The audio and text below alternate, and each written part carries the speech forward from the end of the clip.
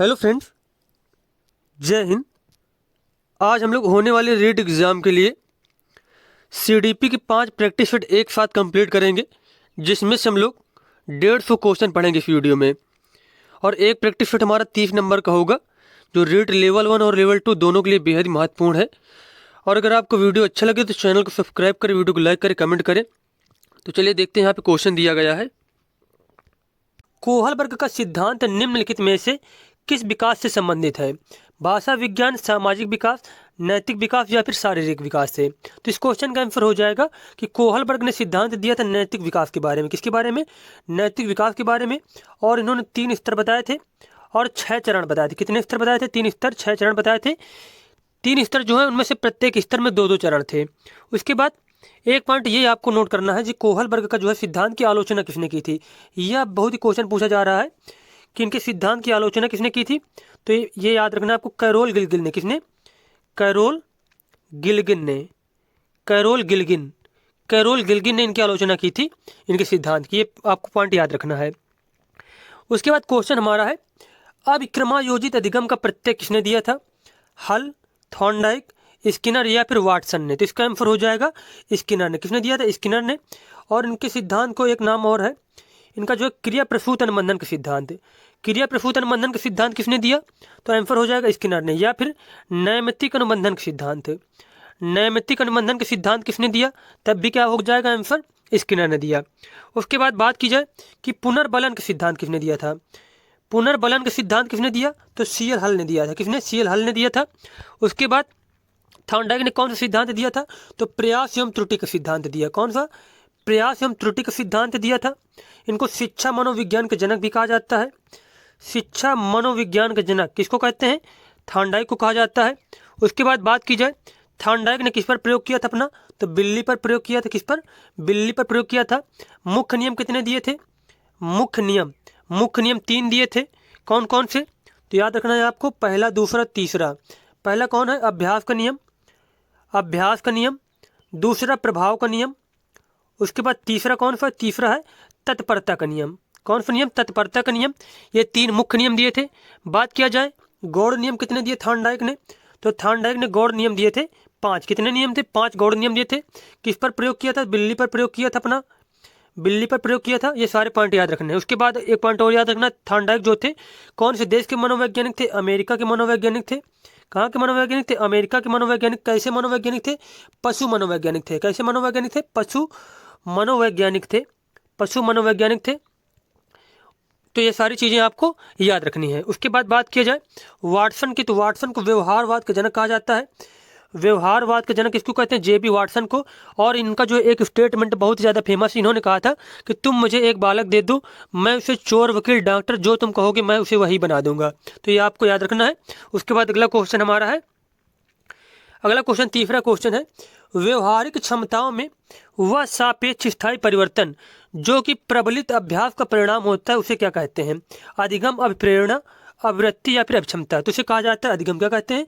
उसको अधिगम कहा जाता है। उसके बाद हमारा क्वेश्चन है, संज्ञान किस बुद्धि के सिद्धांत का हिस्सा होता है?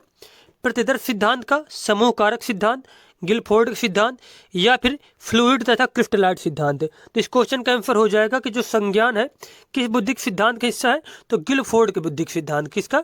गिलफोर्ड सिद्धांत का।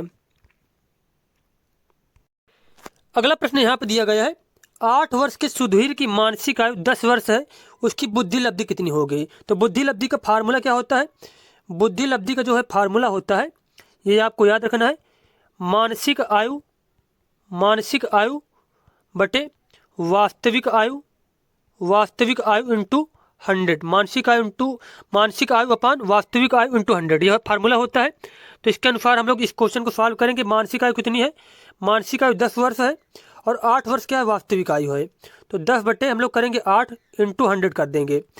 अब 2 से इसको डिवाइड करेंगे 5 आ जाएगा, यहाँ पे 4 आ जाएगा। तो 4 से इसको डिवाइड करेंगे 100 को 25 आएगा। 25 से 5 को मल्टीप्लाई करेंगे तो 125 आ जाएगा। तो इसका आंसर हो जाएगा 125। कितना हो जाएगा? और उसके बाद ये आपको याद रखना है कि जो बुद्धि लब्धि का सूत्र है, ये जो मानसिक आयु बटे वास्तविक आयु अपान 100, ये किसके द्वारा दिया गया था? पहले दिया गया था विलियम स्टर्न के द्वारा। विलियम इफ्टन के द्वारा पहले बुद्धि लब्धि का सूत्र दिया गया था और फिर उसके बाद संशोधित करके दिया गया था टरमैन के द्वारा। किसके द्वारा दिया गया था? टरमैन के द्वारा दिया गया था। अगला प्रश्न है यहाँ पे, संवेग का कौन सा सिद्धांत इस विचार को मानता है कि संवेगात्मक अनुभव संवेगात्मक व्यवहार पर आधारित है? जेम्स लैंग सिद्धांत, हाइपोथैलेमिक सिद्धांत, सक्रियता सिद्धांत या फिर अभिप्रेरणा सिद्धांत? तो इस क्वेश्चन का आंसर हो जाएगा जेम्स लैंग सिद्धांत। क्या हो जाएगा? जेम्स लैंग सिद्धांत। किसी इच्छा या आवश्यकता में रुकावट पड़ने पर उससे उत्पन्न होने वाला सांवेगिक तनाव क्या कहलाता है? द्वंद्व कहलाएगा, कुंठा, चिंता या फिर तनाव? तो किसी इच्छा या आवश्यकता में रुकावट पड़ने पर उससे उत्पन्न होने वाला जो सांवेगिक तनाव है उसे क्या कहते हैं? कुंठा कहा जाता है। क्या कहते हैं? कुंठा कहा जाता है। उसके बाद क्वेश्चन हमारा है अगला क्वेश्चन कि निम्नलिखित में से कौन सा सीखने का नियम नहीं है? तो अभी हम लोगों ने पढ़ा था सीखने के 3 नियम थे। अभ्यास, प्रभाव, तत्परता के नियम दिया गया था थॉर्नडाइक के द्वारा। अब पूछा गया इनमें से सीखने का नियम नहीं है, तो अभ्यास का नियम है, तत्परता का नियम है, प्रभाव का नियम, जबकि तनाव का नियम इसमें से नहीं आएगा। तो यहाँ पे इस क्वेश्चन का आंसर यही हो जाएगा क्योंकि यहाँ पे निगेटिव पूछा गया है। अब यहाँ पे अगला क्वेश्चन यहाँ पे दिया गया है, पियाजे मुख्य रूप से किसके अध्ययन के लिए जाने जाते हैं? भाषा, यौन विकास, संज्ञानात्मक विकास या फिर सामाजिक विकास? तो इस क्वेश्चन का आंसर हो जाएगा संज्ञानात्मक विकास के लिए। किसके लिए? संज्ञानात्मक विकास के लिए। कितनी अवस्थाएं बताई थी इन्होंने? 4 अवस्थाएं बताई थी। कौन कौन सी? तो ये आपको याद रखना है, पहली, दूसरी, तीसरी, चौथी। पहली अवस्था थी संवेदी गामक अवस्था, संवेदी गामक अवस्था। दूसरी अवस्था थी पूर्व संक्रियात्मक अवस्था। कौन सी? पूर्व संक्रियात्मक, पूर्व संक्रियात्मक। तीसरी अवस्था थी मूर्त संक्रियात्मक और चौथी अवस्था थी अमूर्त संक्रियात्मक। कौन सी अवस्था थी? अमूर्त संक्रियात्मक अवस्था। उसके बाद बात किया जाए जो पियाजे थे किस देश के मनोवैज्ञानिक थे? स्विट्जरलैंड के मनोवैज्ञानिक थे। स्विट्जरलैंड के। किस पर प्रयोग किया था? तो खुद के बच्चों पर इन्होंने प्रयोग किया था। किस पर प्रयोग किया? खुद के बच्चों पर प्रयोग किया। और इनका एक स्टेटमेंट है, ये बहुत ज़्यादा पूछा जाता है, बच्चे नन्हे वैज्ञानिक होते हैं। ये किसका कथन है? तो पियाजे का कथन है। उसके बाद आपको याद रखनी है जो सभी जो अवस्थाएं होती हैं, पहली, दूसरी अवस्था और तीसरी अवस्था और चौथी अवस्था। पहली की जो अवस्था है संवेदी गामक अवस्था, उसकी एज क्या होती है? 0 से 2 वर्ष। दूसरी अवस्था जो है पूर्व संक्रियात्मक अवस्था, इसकी एज क्या होती है? 2 से 7 वर्ष और 2 से 7 वर्ष। और तीसरी जो मूर्त संक्रियात्मक है इसकी एज होती है 7 से 11 वर्ष। और चौथी जो अमूर्त संक्रियात्मक अवस्था है तो 11 वर्ष प्लस होती है। 11 वर्ष से अधिक की जो अवस्था होती है वह आएगी अमूर्त संक्रियात्मक के अंतर्गत। तो सारे पॉइंट आपको याद रखने होंगे। उसके बाद अगला क्वेश्चन हमारा है, जब मानव शरीर के एक भाग को दिए गए प्रशिक्षण का अंतरण दूसरे भाग में हो जाता है तो इसे क्या कहते हैं? ऊर्ध्व अंतरण, क्षैतिज अंतरण, द्विपार्श्विक अंतरण या फिर इनमें से कोई नहीं? तो इस क्वेश्चन का आंसर हो जाएगा कि जब मानव शरीर के एक भाग को दिए गए प्रशिक्षण का अंतरण दूसरे भाग में हो जाता है तो इसे कहा जाता है द्विपार्श्विक अंतरण। क्या कहते हैं? द्विपार्श्विक अंतरण कहते हैं। अगला प्रश्न यहाँ पर दिया गया है, दिए हुए प्राप्तांकों के समूह में जो प्राप्तांक बहुधा सबसे अधिक बार आता है उसे क्या कहते हैं? तो उसे कहा जाता है बहुलक। क्या कहते हैं इसको? बहुलक कहते हैं। जैसे कि कोई प्राप्तांक दिया गया है 6, 6, 7, 3, 3, 2, 5, 5, 5, 1, तो इसमें सबसे ज़्यादा वाली संख्या कौन सी? 5। जैसे 3 बार है तो बहुलक पूछा जाएगा, इसका क्या होगा बहुलक? तो 5 जो 3 बार है तो यह बहुलक इसका हो जाएगा। उसके बाद क्वेश्चन हमारा है, क्रिया प्रसूत अनुकूलन का सिद्धांत का प्रतिपादन किसने किया था? अभी हम लोगों ने पिछले क्वेश्चन में पढ़ा था कि जो क्रिया प्रसूत अनुकूलन का सिद्धांत दिया गया था स्किनर के द्वारा। किसके द्वारा? स्किनर के द्वारा दिया गया था। पावलोव ने कौन सा सिद्धांत दिया? क्लासिकल अनुबंधन का सिद्धांत दिया था। क्लासिकल अनुबंधन का सिद्धांत दिया, किस पर प्रयोग किया था? कुत्ते पर प्रयोग किया था। उसके बाद कोहलर ने कौन सा सिद्धांत दिया था? तो कोहलर ने दिया था सूझ का सिद्धांत। किसका? सूझ या फिर अंतर्दृष्टि का सिद्धांत दिया कोहलर ने। इन्होंने कहा था कि जो किसी समस्या को समाधान करने में जो है सूझ अचानक से आती है। अगला क्वेश्चन यहाँ पे है, अल्बर्ट बंडूरा निम्नलिखित में से किस सिद्धांत से संबंधित है? सामाजिक अधिगम सिद्धांत, व्यवहारात्मक सिद्धांत, विकास का संज्ञानात्मक सिद्धांत, विकास का मनोसामाजिक सिद्धांत? तो इसका आंसर हो जाएगा ये संबंधित है सामाजिक अधिगम सिद्धांत से। किससे? सामाजिक अधिगम सिद्धांत से। और विकास को जो मनोसामाजिक सिद्धांत यह दिया गया था एरिक एरिक्सन के द्वारा। किसके द्वारा? एरिक एरिक्सन के द्वारा दिया गया था, ये आपको याद रखना, एरिक एरिक्सन के द्वारा। और संज्ञानात्मक विकास सिद्धांत पियाजे के द्वारा, अभी हम लोगों ने पढ़ ही लिया है। उसके बाद नेक्स्ट क्वेश्चन हमारा है कि मानसिक आयु का प्रत्यय किसने दिया था? मानसिक आयु का प्रत्यय किसने दिया था? इसका आंसर हो जाएगा बिने साइमन ने। किसने? बिने और साइमन ने। अगला क्वेश्चन हमारा है, टर्मन के अनुसार 90 से 100 बुद्धि लब्धि वाला बालक माना जाता है। तो इसका आंसर हो जाए कि 90 से 100 के बीच में अगर बुद्धि लब्धि किसी की होती है तो सामान्य बुद्धि के अंतर्गत आता है। किसके अंतर्गत? सामान्य बुद्धि के अंतर्गत। और 71 से कम है, अगर 71 से कम अगर उसकी बुद्धि लब्धि तो जड़ बुद्धि के अंतर्गत आएगा। कैसा बालक होगा? वह जड़ बुद्धि वाला बालक होगा। और बात किया जाए कि प्रतिभाशाली बालक कौन सा होता है, तो 130 प्लस जिसकी बुद्धि लब्धि है, IQ लेवल जिसका 130 प्लस है, तो वह प्रतिभाशाली के अंतर्गत आता है। उसके बाद क्वेश्चन हमारा दिया गया यहाँ पे, अब यहाँ पे क्वेश्चन दिया गया है, सीखने से संबंध प्रतिक्रिया सिद्धांत में पावलोव ने प्रयोग किया था किस पर? तो इसका आंसर हो जाएगा कुत्ते पर। किस पर किया था प्रयोग? कुत्ते पर प्रयोग किया था। सूझ द्वारा सीखने का सिद्धांत प्रतिपादन किसने किया? अभी हम लोगों ने पिछले वीडियो में पढ़ा था, और इसी वीडियो में हम लोगों ने पढ़ा है पिछले क्वेश्चन में। तो किसने दिया था सूझ द्वारा सिद्धांत सीखने पर? कोहलर। सूझ द्वारा सीखने का सिद्धांत किसने दिया था? कोहलर ने। और एक गेस्टाल्टवाद के समर्थक थे, ये भी आपको याद रखना, गेस्टाल्टवाद के समर्थक थे। किसके समर्थक थे? गेस्टाल्टवाद के समर्थक थे। और गेस्टाल्टवाद के जनक कहा जाता है वर्दीमर को। किसको कहते हैं? वर्दीमर को कहा जाता है। और बात किया जाए कि कोहलर ने किस पर प्रयोग किया था, तो चिंपैंजी पर। किस पर? चिंपैंजी पर प्रयोग किया था। उसका नाम क्या था? सुल्तान नाम था। क्या नाम था? सुल्तान नाम था, सुल्तान। अब यहाँ पे क्वेश्चन दिया गया है, कार्य को आरंभ करने, जारी रखने और नियमित रखने की प्रक्रिया क्या कहलाती है? प्रेरणा, संवेदना, सीखना या फिर प्रत्यक्षीकरण। तो कार्य को आरंभ करने, जारी करने और नियमित रखने की जो प्रक्रिया है उसको प्रेरणा कहते हैं। क्या कहते हैं? इसको प्रेरणा कहा जाता है। उसके बाद क्वेश्चन हमारा है, विस्मृति कम करने का उपाय क्या है? सीखने में कमी, सीखने की त्रुटिपूर्ण विधि, पाठ की पुनरावृत्ति या फिर स्मरण करने में कम ध्यान देना। तो इस क्वेश्चन का आंसर हो जाएगा कि विस्मृति कम करने का उपाय होता है पाठ की पुनरावृत्ति। क्या होती है? पाठ की पुनरावृत्ति। नेक्स्ट क्वेश्चन यहाँ पे है, क्रोध व भय किसके प्रकार है? अभिप्रेरणा, संवेग, परिकल्पना या फिर मूल प्रवृत्ति के। तो क्रोध और भय जो होते हैं यह होते हैं किसके प्रकार? संवेग के प्रकार होते हैं। उसके बाद बात कीजिए कि मूल प्रवृत्तियों का जनक किसे कहा जाता है? तो विलियम मैकडूगल को। किसको? मैकडूगल को कहा जाता है। और इन्होंने जो कितने प्रकार की मूल प्रवृत्ति बताई थी? 14 प्रकार। कितने प्रकार की? 14 प्रकार की। उसके बाद क्वेश्चन है, दूसरे व्यक्ति के बाह्य व्यवहार की नकल क्या कहलाएगी? सीखना, अनुकरण, कल्पना या फिर चिंतन करना। तो किसी व्यक्ति के बाह्य व्यवहार की जो नकल करना होता है उसे कहा जाता है अनुकरण करना। क्या कहते हैं? अनुकरण करना कहा जाता है। उसके बाद क्वेश्चन है, यदि पूर्व ज्ञान व अनुभव नए प्रकार के सीखने में सहायता करते हैं तो उसे क्या कहते हैं? नकारात्मक प्रशिक्षण स्थानांतरण, सकारात्मक प्रशिक्षण स्थानांतरण, प्रशिक्षण स्थानांतरण या फिर सीखना। तो इसका आंसर हो जाएगा सकारात्मक प्रशिक्षण स्थानांतरण। जैसे कि कोई चीज़, जैसे कि आप लोगों ने a+b का फार्मूला याद किया, a+b का होल स्क्वायर याद किया आप लोगों ने, फिर उसके बाद जब अलजेब्रा के क्वेश्चन आप लोग सॉल्व कर रहे हैं तो वह फार्मूला जो है आपकी हेल्प कर रहा है। तो जो पूर्व ज्ञान है वो नई चीज़ों में जो है सहायता करता है। तो इस प्रकार के जो है स्थानांतरण को कहते हैं सकारात्मक प्रशिक्षण स्थानांतरण। और नकारात्मक प्रशिक्षण स्थानांतरण क्या होता है कि जैसे कि पूर्व में कोई चीज़ सीखी और नई चीज़ सीखने में वो क्या कर रहा है? बाधा उत्पन्न कर रहा है, तो उसे कहते हैं नकारात्मक प्रशिक्षण स्थानांतरण। उसके बाद क्वेश्चन है, सीखी हुई बात को स्मरण रखने या पुनः स्मरण करने की सफलता को कहते हैं कल्पना, स्मृति, विस्मृति या फिर ध्यान। तो इस क्वेश्चन का आंसर हो जाएगा, उसे कहा जाता है विस्मृति। सीखी हुई बात को स्मरण रखने या पुनः स्मरण करने की सफलता जो असफलता जो होती है उसे क्या कहते हैं? विस्मृति कहते हैं। भाटिया बैटरी का प्रयोग निम्नलिखित में से किसके मापन हेतु किया जाता है? तो भाटिया बैटरी का यूज किया जाता है बुद्धि के मापन में। किसमें? बुद्धि के मापन में।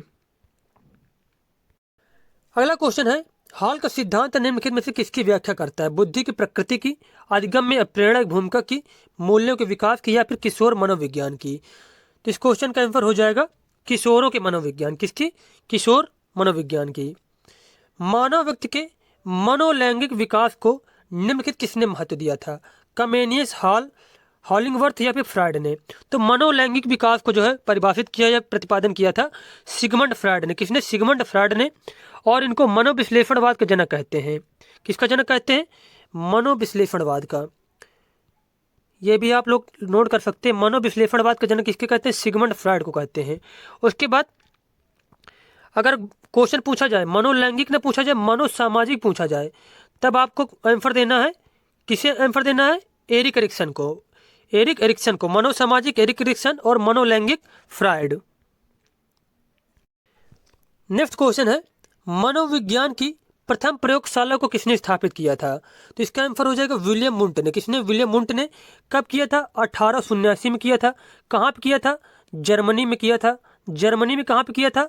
लिपजिंग विश्वविद्यालय में। कहाँ पे? लिपजिंग एक शहर है, वहीं पे स्कूल का नाम था जो है विश्वविद्यालय कि लिपजिंग विश्वविद्यालय का क्या नाम था उसका? लिपजिंग विश्वविद्यालय। लिपजिंग विश्वविद्यालय में किया था। उसके बाद क्वेश्चन ये पूछा जाता है कि जो है लिपजिंग विश्वविद्यालय था जहाँ पे विलियम वुंट ने प्रथम मनोवैज्ञानिक प्रयोगशाला की स्थापना की थी, तो उसका नाम क्या है प्रेजेंट टाइम में? उसका नाम प्रेजेंट टाइम में है कार्ल मार्क्स विश्वविद्यालय। कार्ल मार्क्स विश्वविद्यालय नाम है उस जगह का। ये आपको सारे पॉइंट याद रखने हैं। उसके बाद आधुनिक मनोविज्ञान का जनक विलियम वुंट को आधुनिक मनोविज्ञान का जनक कहते हैं। आधुनिक मनोविज्ञान का जनक, आधुनिक मनोविज्ञान का जनक कहा जाता है। उसके बाद विलियम वुंट को प्रयोगात्मक मनोविज्ञान का जनक कहा जाता है। प्रयोगात्मक मनोविज्ञान का जनक कहा जाता है। उसके बाद आपको याद रखना है विलियम वुंट के बारे में कि इन्होंने अंतरदर्शन विधि का प्रतिपादन किया था। कौन सी विधि का? अंतरदर्शन विधि का प्रतिपादन किया था। उसके बाद इन्होंने विलियम वुंट ने जो है संरचनावाद का संस्थापन किया। संरचनावाद का संस्थापक किसको कहा जाता है? विलियम वुंट को कहा जाता है। नेक्स्ट क्वेश्चन है गेस्टाल्ट मनोविज्ञान की आधारशिला किसने रखी थी? तो मैक्स वर्दिमर ने। किसने? मैक्स वर्दिमर ने। और इसके समर्थनकर्ता कौन थे गेस्टाल्टवाद के? तो कोफका। कौन कौन से थे? कोफका, कोहलर, कोफका, कोहलर और इसके बाद Kurt Lewin. Kurt Lewin, Kurt Lewin. उसके बाद आपको ये याद रखना है कि गेस्टाल्ट शब्द जो है जर्मन भाषा का शब्द है। इसका मतलब क्या होता है? समग्र या फिर संपूर्ण। समग्र या फिर संपूर्ण। क्या होता है? समग्र या फिर संपूर्ण। नेक्स्ट क्वेश्चन है संगणन सिद्धांत निम्नलिखित में से किससे संबंधित है? अधिगम से, अभिप्रेरणा से? तो इसका आंसर हो जाएगा यह फिर संबंधित है स्मृति से। किससे संबंधित है? स्मृति से। नेक्स्ट क्वेश्चन और लास्ट क्वेश्चन हमारा है क्षेत्र सिद्धांत निम्नलिखित में से किस वर्ग का योगदान है? व्यवहारवादियों का, संरचनावादियों का, मनोविश्लेषकों का या फिर गेस्टाल्टवादियों का? तो क्षेत्र सिद्धांत दिया गया था किसके द्वारा? तो गेस्टाल्टवादियों के द्वारा। किसके द्वारा? गेस्टाल्टवादियों द्वारा। तो चलिए देखते हैं यहाँ पे क्वेश्चन दिया गया है। अब यह पहला क्वेश्चन है सीखने की वह अवधि जब सीखने की प्रक्रिया में कोई उन्नति नहीं होती है तो इसे क्या कहा जाता है? सीखने का वक्र कहा जाता है, सीखने का पठार, स्मृति या फिर अवधान? तो इस क्वेश्चन का आंसर हो जाएगा सीखने का पठार। क्या कहेंगे उसको? सीखने का पठार कहा जाएगा। अब देखो हम लोग समझते हैं सीखने का पठार क्या होता है। जैसे कि इसमें से इस प्रकार जैसे कि ये बनाए जाते हैं, जो इसका चित्र बनाया जाता है, जो वक्र वगैरह जो होते हैं, सीखने के वक्र होते हैं, सीखने के पठार होते हैं। ये आप लोगों ने पढ़ा होगा अधिगम में।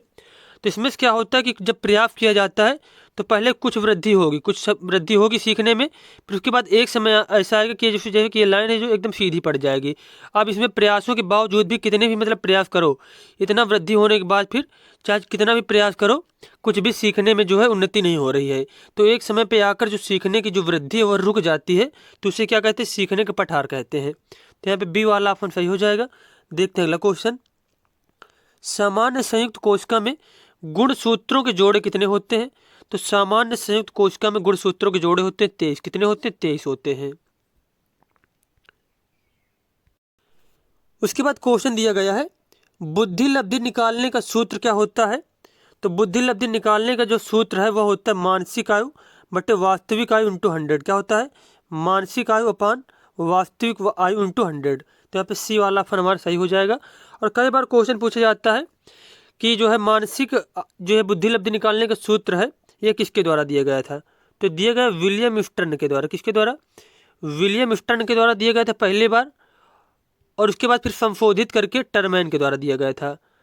संशोधित करके किसके द्वारा दिया गया? टर्मैन के द्वारा दिया गया। तो ये दोनों नाम आपको याद रखने हैं। उसके बाद अगला प्रश्न यहाँ पे दिया गया है क्रिया प्रसूत अनुबंधन सिद्धांत का प्रतिपादन किया था। तो क्रिया प्रसूत अनुबंधन का सिद्धांत किसने दिया था? स्किनर ने दिया था। किसने दिया था? स्किनर ने दिया था। और स्किनर ने जो है सिद्धांत दिया उसका एक नाम और भी है नैमित्तिक अनुबंधन का सिद्धांत। क्या कहते हैं उसको? नैमित्तिक अनुबंधन का सिद्धांत भी कहा जाता है। नैमित्तिक अनुबंधन का सिद्धांत भी कहा जाता है। और इन्होंने अपने सिद्धांत में किस पर बल दिया था? पुनर्बलन पर बल दिया था। किस पर? पुनर्बलन पर बल दिया था। और पुनर्बलन का जो सिद्धांत है ये किसने दिया था? ये दिया था सी एल हल ने। किसने दिया था? सी एल हल ने। देखो स्किनर ने अपने सिद्धांत में पुनर्बलन का यूज किया था, ठीक है, लेकिन पुनर्बलन का जो सिद्धांत हुआ दिया गया था सी एल हल के द्वारा। उसके बाद बात की जाए यहाँ पे कि थॉर्नडाइक ने कौन सा सिद्धांत दिया था? तो प्रयास एवं त्रुटि का सिद्धांत दिया। प्रयास एवं त्रुटि का, या फिर इनके सिद्धांत को प्रयत्न एवं भूल का सिद्धांत कहते हैं। प्रयत्न एवं भूल का सिद्धांत कहा जाता है। और इन्हीं का जो सिद्धांत है प्रयास एवं त्रुटि और प्रयत्न एवं भूल, इसे ही संयोजनवाद का सिद्धांत क्या कहते हैं? संयोजनवाद का सिद्धांत, संबंधवाद का सिद्धांत, संबंधवाद का सिद्धांत, और साथ ही में एसआर थ्योरी के नाम से जाना जाता है। किसके नाम से? एसआर थ्योरी के नाम से जाना जाता है। उसके बाद थॉर्नडाइक के बारे में आपको याद रखना कि थॉर्नडाइक ने मुख्य नियम कितने बताए थे? मुख्य नियम बताए थे 3। ये सभी को याद होने चाहिए। कौन कौन से थे? अभ्यास का नियम, अभ्यास का नियम, प्रभाव का नियम, तत्परता का नियम। कौन सा नियम? तत्परता का नियम। ये जो 3 मुख्य नियम है ये जरूर याद होने चाहिए। और ये भी याद होना चाहिए कि थॉर्नडाइक ने गौड़ नियम कितने बताए थे? गौड़ नियम कितने बताए? गौड़ नियम 5 बताए थे। किस पर प्रयोग किया था? बिल्ली पर प्रयोग किया था। किस पर? बिल्ली पर प्रयोग किया था। और एक पॉइंट ये भी याद रखना है कि थॉर्नडाइक का जो सिद्धांत है प्रयास एवं त्रुटि का सिद्धांत, कौन सा सिद्धांत? जो सिद्धांत है थॉर्नडाइक का प्रयास एवं त्रुटि का सिद्धांत। प्रयास एवं त्रुटि का जो सिद्धांत है यह थॉर्नडाइक के किस नियम पर आधारित है? तो थॉर्नडाइक के बहुअनुक्रिया के नियम पर आधारित है। बहुअनुक्रिया का नियम जो है थॉर्नडाइक के द्वारा दिए गए गौड़ नियम होता है, इस पर आधारित है। किस पर आधारित है? बहुअनुक्रिया के नियम पर आधारित है। उसके बाद देखो यहाँ पे अगला क्वेश्चन पूछा भी गया है कि सीखने में प्रयास व भूल के सिद्धांत का प्रतिपादन किसने किया था? तो थॉर्नडाइक ने। किसने किया था? थॉर्नडाइक ने किया था। कोहलर निम्न में से किससे संबंधित है? अब प्रेरणा का सिद्धांत, विकास का सिद्धांत, व्यक्तित्व का सिद्धांत, या फिर अधिगम का सिद्धांत। तो यहाँ पे 6 नंबर का जो आंसर हो जाएगा वो हो जाएगा कोहलर संबंधित है अधिगम के सिद्धांत से। किससे सिद्धांत से? अधिगम के सिद्धांत से। और अधिगम का कौन सा सिद्धांत दिया था? तो सूझ का सिद्धांत। कौन सा सिद्धांत? सूझ का सिद्धांत। और इसे ही अंतर्दृष्टि का सिद्धांत कहते हैं। अंतर्दृष्टि का सिद्धांत कहा जाता है। बात किया जाए कि कोहलर ने किस पर प्रयोग किया था? तो चिंपैंजी पर प्रयोग किया था। किस पर? चिंपैंजी पर प्रयोग किया था। क्या नाम था? सुल्तान नाम था। क्या नाम था उसका? चिंपैंजी जो था उसका नाम था सुल्तान। सुल्तान नाम था। क्या नाम था? सुल्तान नाम था। उसके बाद इनके अनुसार एक कथन कहा गया कि जो सूझ होती है वह अचानक से आती है। कोई भी व्यक्ति किसी समस्या में क्या है, परेशान है किसी समस्या से, तो जो समस्या समाधान करने की जो सूझ है, जो बुद्धि आएगी, वो अचानक से आती है। और उसके बाद आपको याद रखना है कि कोहलर जो थे ये गेस्टाल्टवाद के समर्थक थे। किसके समर्थक थे? गेस्टाल्टवाद के समर्थक थे। और गेस्टाल्ट शब्द का जो है कौन से भाषा का शब्द है? तो जर्मन भाषा का शब्द है। किस भाषा का शब्द है? जर्मन भाषा का शब्द है। उसके बाद एक पॉइंट ये याद रखना कि गेस्टाल्टवाद, गेस्टाल्टवाद के जनक किसे कहा जाता है? गेस्टाल्टवाद के जनक कहा जाता है वर्दीमार को। किसको कहा जाता है? वर्दीमार को कहा जाता है। तो सारे पॉइंट आपको याद रखने हैं। उसके बाद क्वेश्चन है बुद्धि के तरल क्रिस्टलीय प्रतिमान के प्रतिपादक कौन है? तो तरल क्रिस्टलीय सिद्धांत है ये किसके द्वारा दिया गया था? तो यह दिया गया था कैटल के द्वारा। किसके द्वारा? कैटल के द्वारा यह दिया गया था। अब अगला क्वेश्चन यहाँ पे दिया गया है निम्न में से कौन सा अधिगम के पठार का कारण नहीं है? अब ऑप्शन यहाँ पे दिए गए हैं प्रेरणा की सीमा, विद्यालय का असहयोग, शारीरिक सीमा, या फिर ज्ञान की सीमा। तो इसमें पूछा गया है कि अधिगम पठार का कारण नहीं है, तो विद्यालय का असहयोग जो है अधिगम पठार का कारण नहीं है। उसके बाद क्वेश्चन हमारा है कि शिक्षण हेतु मानसिक उद्वेलन प्रतिमान का प्रयोग निम्न में से किसके सुधार हेतु किया जाता है? समझ के सुधार के लिए, अनुप्रयोग के सुधार के लिए, सृजनात्मकता, या फिर समस्या समाधान के सुधार के लिए। तो इसका आंसर हो जाएगा कि मानसिक उद्वेलन, जिसको ब्रेन स्टॉर्मिंग भी कहा जाता है, इसका यूज किया जाता है समस्या समाधान के लिए। किसके लिए? समस्या समाधान के लिए। नेक्स्ट क्वेश्चन यहाँ पे है अधिगम अनुभव और प्रशिक्षण के परिणाम स्वरूप व्यवहार में परिवर्तन, यह कथन किनके द्वारा दिया गया था? गेट्स व अन्य के द्वारा, मॉर्गन व गिलीलैंड के द्वारा, स्किनर के द्वारा, या फिर क्रॉनबैक के द्वारा। तो इस क्वेश्चन का आंसर हो जाएगा कि अधिगम अनुभव और प्रशिक्षण के परिणाम स्वरूप जो व्यवहार में परिवर्तन हो रहा है, तो किसके द्वारा कथन दिया गया था? गेट्स व अन्य के द्वारा। किसके द्वारा? गेट्स व अन्य के द्वारा। अब यहाँ पे जैसे कि इस प्रकार के कथन दिया गया है जो कॉमा लगा के दिया गया है, तो इसका तात्पर्य है कि अधिगम जो है अनुभव और प्रशिक्षण के परिणाम स्वरूप व्यवहार में परिवर्तन है। तो ये कथन किसके द्वारा दिया गया? गेट्स वर्न के द्वारा। गोलमैन ने निम्न में से किससे संबंधित है? गोलमैन जो है सामाजिक बुद्धि से संबंधित है, संवेगात्मक बुद्धि से, आध्यात्मिक बुद्धि से, या फिर सामान्य बुद्धि से। तो इस क्वेश्चन का आंसर हो जाएगा ये संबंधित है संवेगात्मक बुद्धि से। किससे? संवेगात्मक बुद्धि से संबंधित है। नेक्स्ट क्वेश्चन है, स्टैनफोर्ड बिने परीक्षण मापन करता है बुद्धि का। किस चीज का? बुद्धि का मापन करता है। निम्न में से कौन शेष से भिन्न है? अधिगम के लिए अधिगम का सिद्धांत, समान अवयवों का सिद्धांत, ड्राइव रिडक्शन का सिद्धांत, या फिर सामान्यीकरण का सिद्धांत। तो यहाँ पे इनमें से अलग है ड्राइव रिडक्शन का सिद्धांत। क्या है? ड्राइव रिडक्शन का सिद्धांत जो इनमें से अलग है।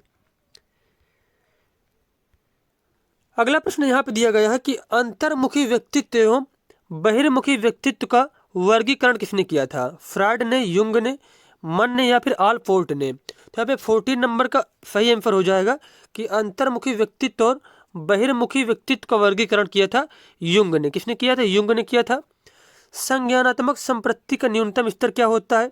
ज्ञान, बोध, अनुप्रयोग, या फिर विश्लेषण। तो संज्ञानात्मक स्तर का जो न्यूनतम स्तर होता है, संज्ञानात्मक संप्राप्ति का न्यूनतम स्तर क्या होता है? ज्ञान होता है। क्या होता है? ज्ञान। नेक्स्ट क्वेश्चन यहाँ पे दिया गया है, बच्चों के सामाजिक विकास को प्रभावित करने वाला कारक है आर्थिक तत्व, सामाजिक परिवेश जन्य तत्व, शारीरिक तत्व, या फिर वंशानुगत तत्व। तो इसका आंसर हो जाएगा सामाजिक परिवेश जन्य तत्व। सामाजिक परिवेश जन्य तत्व। अब यहाँ पे क्वेश्चन पूछा गया है, एक बालक जो साइकिल चलाना जानता है मोटर बाइक चलाना सीख रहा है, यह उदाहरण किसका होगा?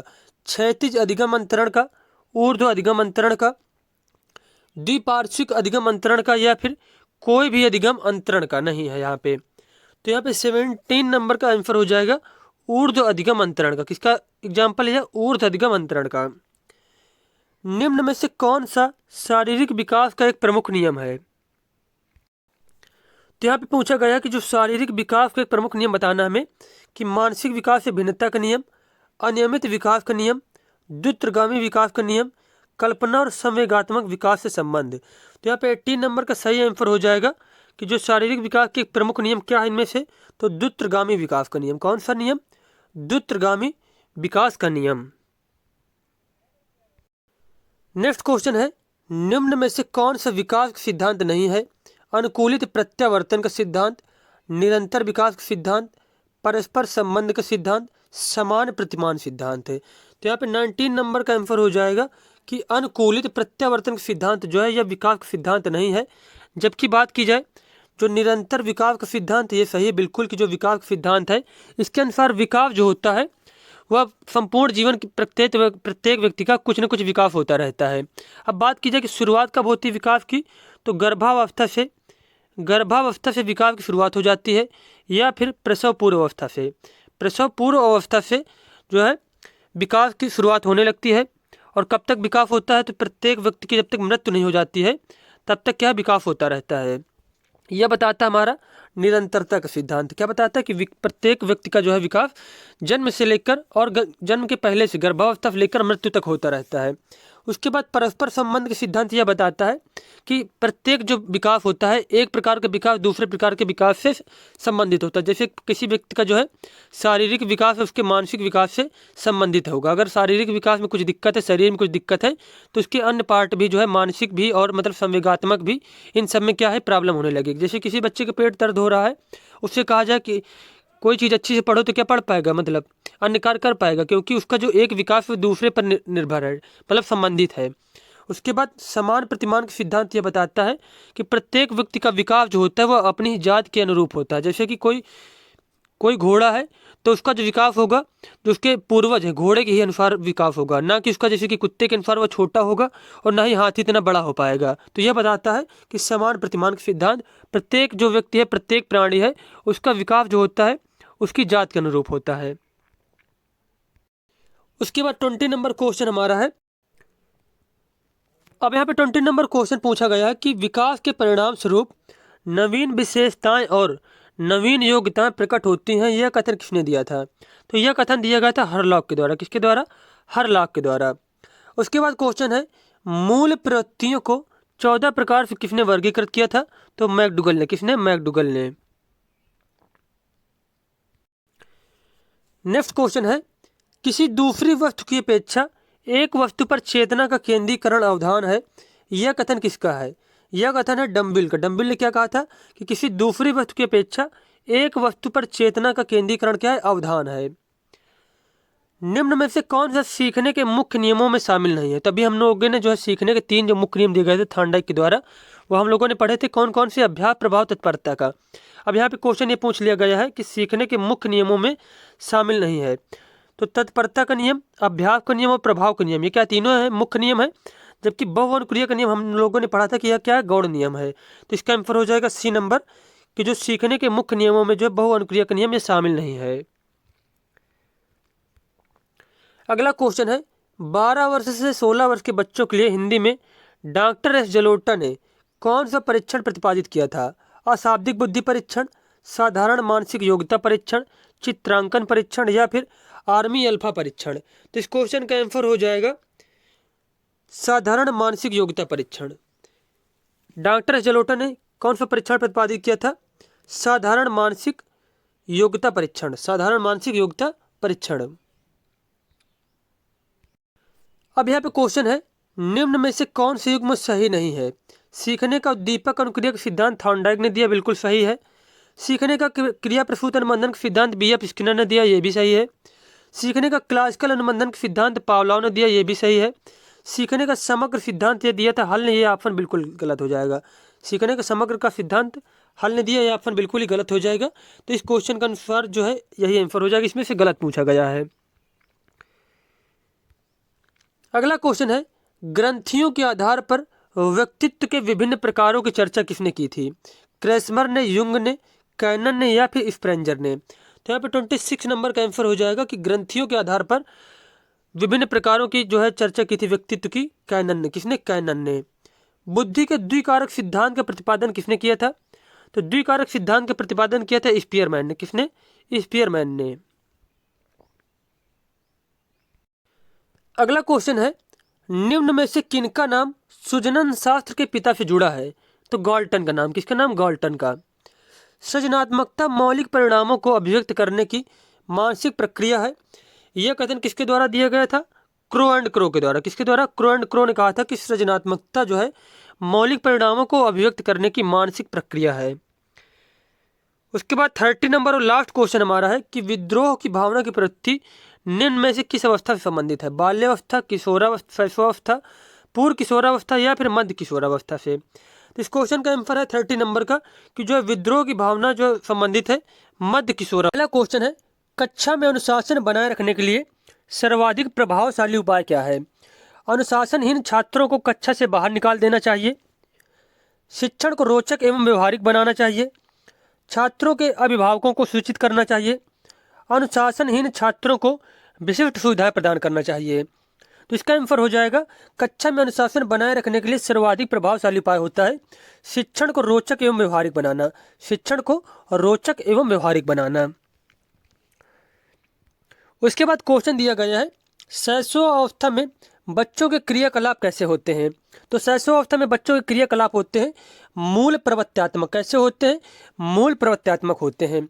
उसके बाद एक पॉइंट नोट करना है, शैशवावस्था को सीखने का आदर्श काल, सीखने का आदर्श काल कहा जाता है, आदर्श काल कहा जाता है। और ये किसने कहा था? यह कहा था वैलेंटाइन ने। किसने कहा था? वैलेंटाइन ने कहा था सीखने का आदर्श काल।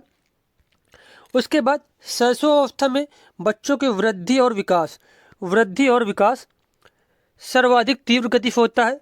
शैशवावस्था में बच्चे कैसे होते हैं? आत्म केंद्रित होते हैं, आत्म केंद्रित होते हैं, उनको बस खुद से मतलब होता है। तो ये सारे पॉइंट आपको याद रखने हैं। उसके बाद क्वेश्चन है, जिन विद्यालयों में समेकित शिक्षा दी जाती है उसके शिक्षकों को किस क्षेत्र में विशेष प्रशिक्षित करना चाहिए?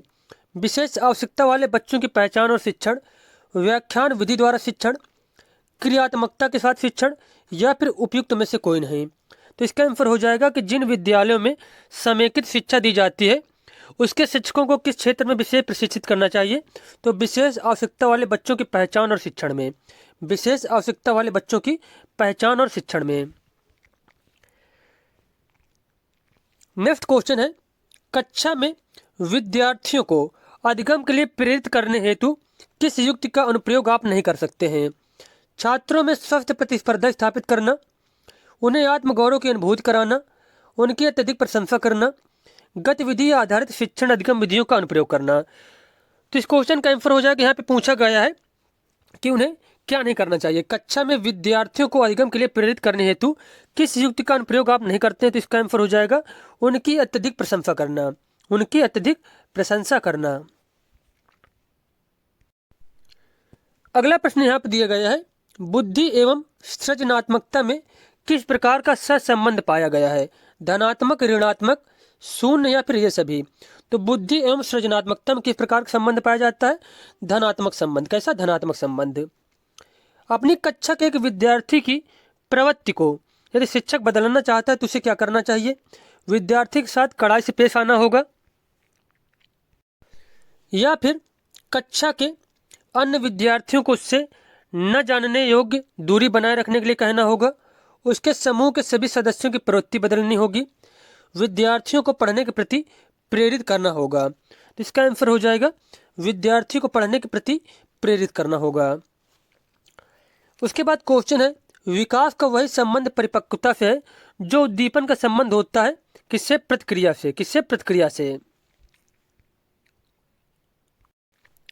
अगला प्रश्न है, पियाजे मुख्यतः के क्षेत्र में योगदान के लिए जाने जाते हैं। तो पियाजे मुख्यतः ज्ञानात्मक विकास या फिर संज्ञानात्मक विकास के क्षेत्र के लिए जाने जाते हैं।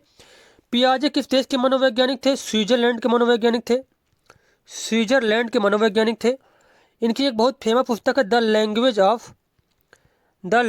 Of thought of the child. Thought of the child किसकी पुस्तक है, किसके द्वारा लिखी गई है। तो जीन पियाजे के द्वारा। बात किया जाए कि पियाजे ने अपना सिद्धांत जो दिया था संज्ञानात्मक विकास का, तो इन्होंने किस पर प्रयोग किया था। तो खुद के बच्चों पर इन्होंने प्रयोग किया था। कितनी अवस्थाएं बताई थी। 4 अवस्थाएं बताई थी। उसके बाद 4 अवस्थाएं कौन कौन सी थी ये आपको याद रखना है। 4 अवस्थाएं आप लोग याद रख सकते हैं। जैसे पहली थी संवेदी गामक अवस्था। संवेदी गामक अवस्था जिसकी एज थी जन्म से 2 वर्ष तक। जन्म से 2 वर्ष तक। दूसरी थी पूर्व संक्रियात्मक अवस्था जिसकी एज थी 2 से 7 वर्ष तक। तीसरी थी मूर्त संक्रियात्मक अवस्था जिसकी एज थी 7 से 11 वर्ष। और चौथी थी अमूर्त संक्रियात्मक अवस्था जिसकी एज थी 11 वर्ष प्लस। 11 वर्ष से 15 वर्ष या फिर 11 वर्ष से जो अधिक बच्चा होगा वह आता था अमूर्त संक्रियात्मक अवस्था में। तो ये सारी चीजें आपको याद रखनी होंगी। उसके बाद देखते हैं हम लोग नेक्स्ट क्वेश्चन। अगला क्वेश्चन दिया गया है, जब कभी 2 या अधिक व्यक्ति एक साथ मिलते हैं और एक दूसरे को प्रभावित करते हैं तो वे एक सामाजिक समूह का निर्माण करते हैं। अब यहाँ पे ये बताना यह कथन सत्य है या असत्य है। तो बिल्कुल ही सत्य कथन। क्या। बिल्कुल ही सत्य कथन है यह। निम्नलिखित में से किस समूह के बच्चों को समायोजन की समस्या होती है। इसका आंसर हो जाएगा जो कुशाग्र बुद्धि वाले बच्चे होते हैं।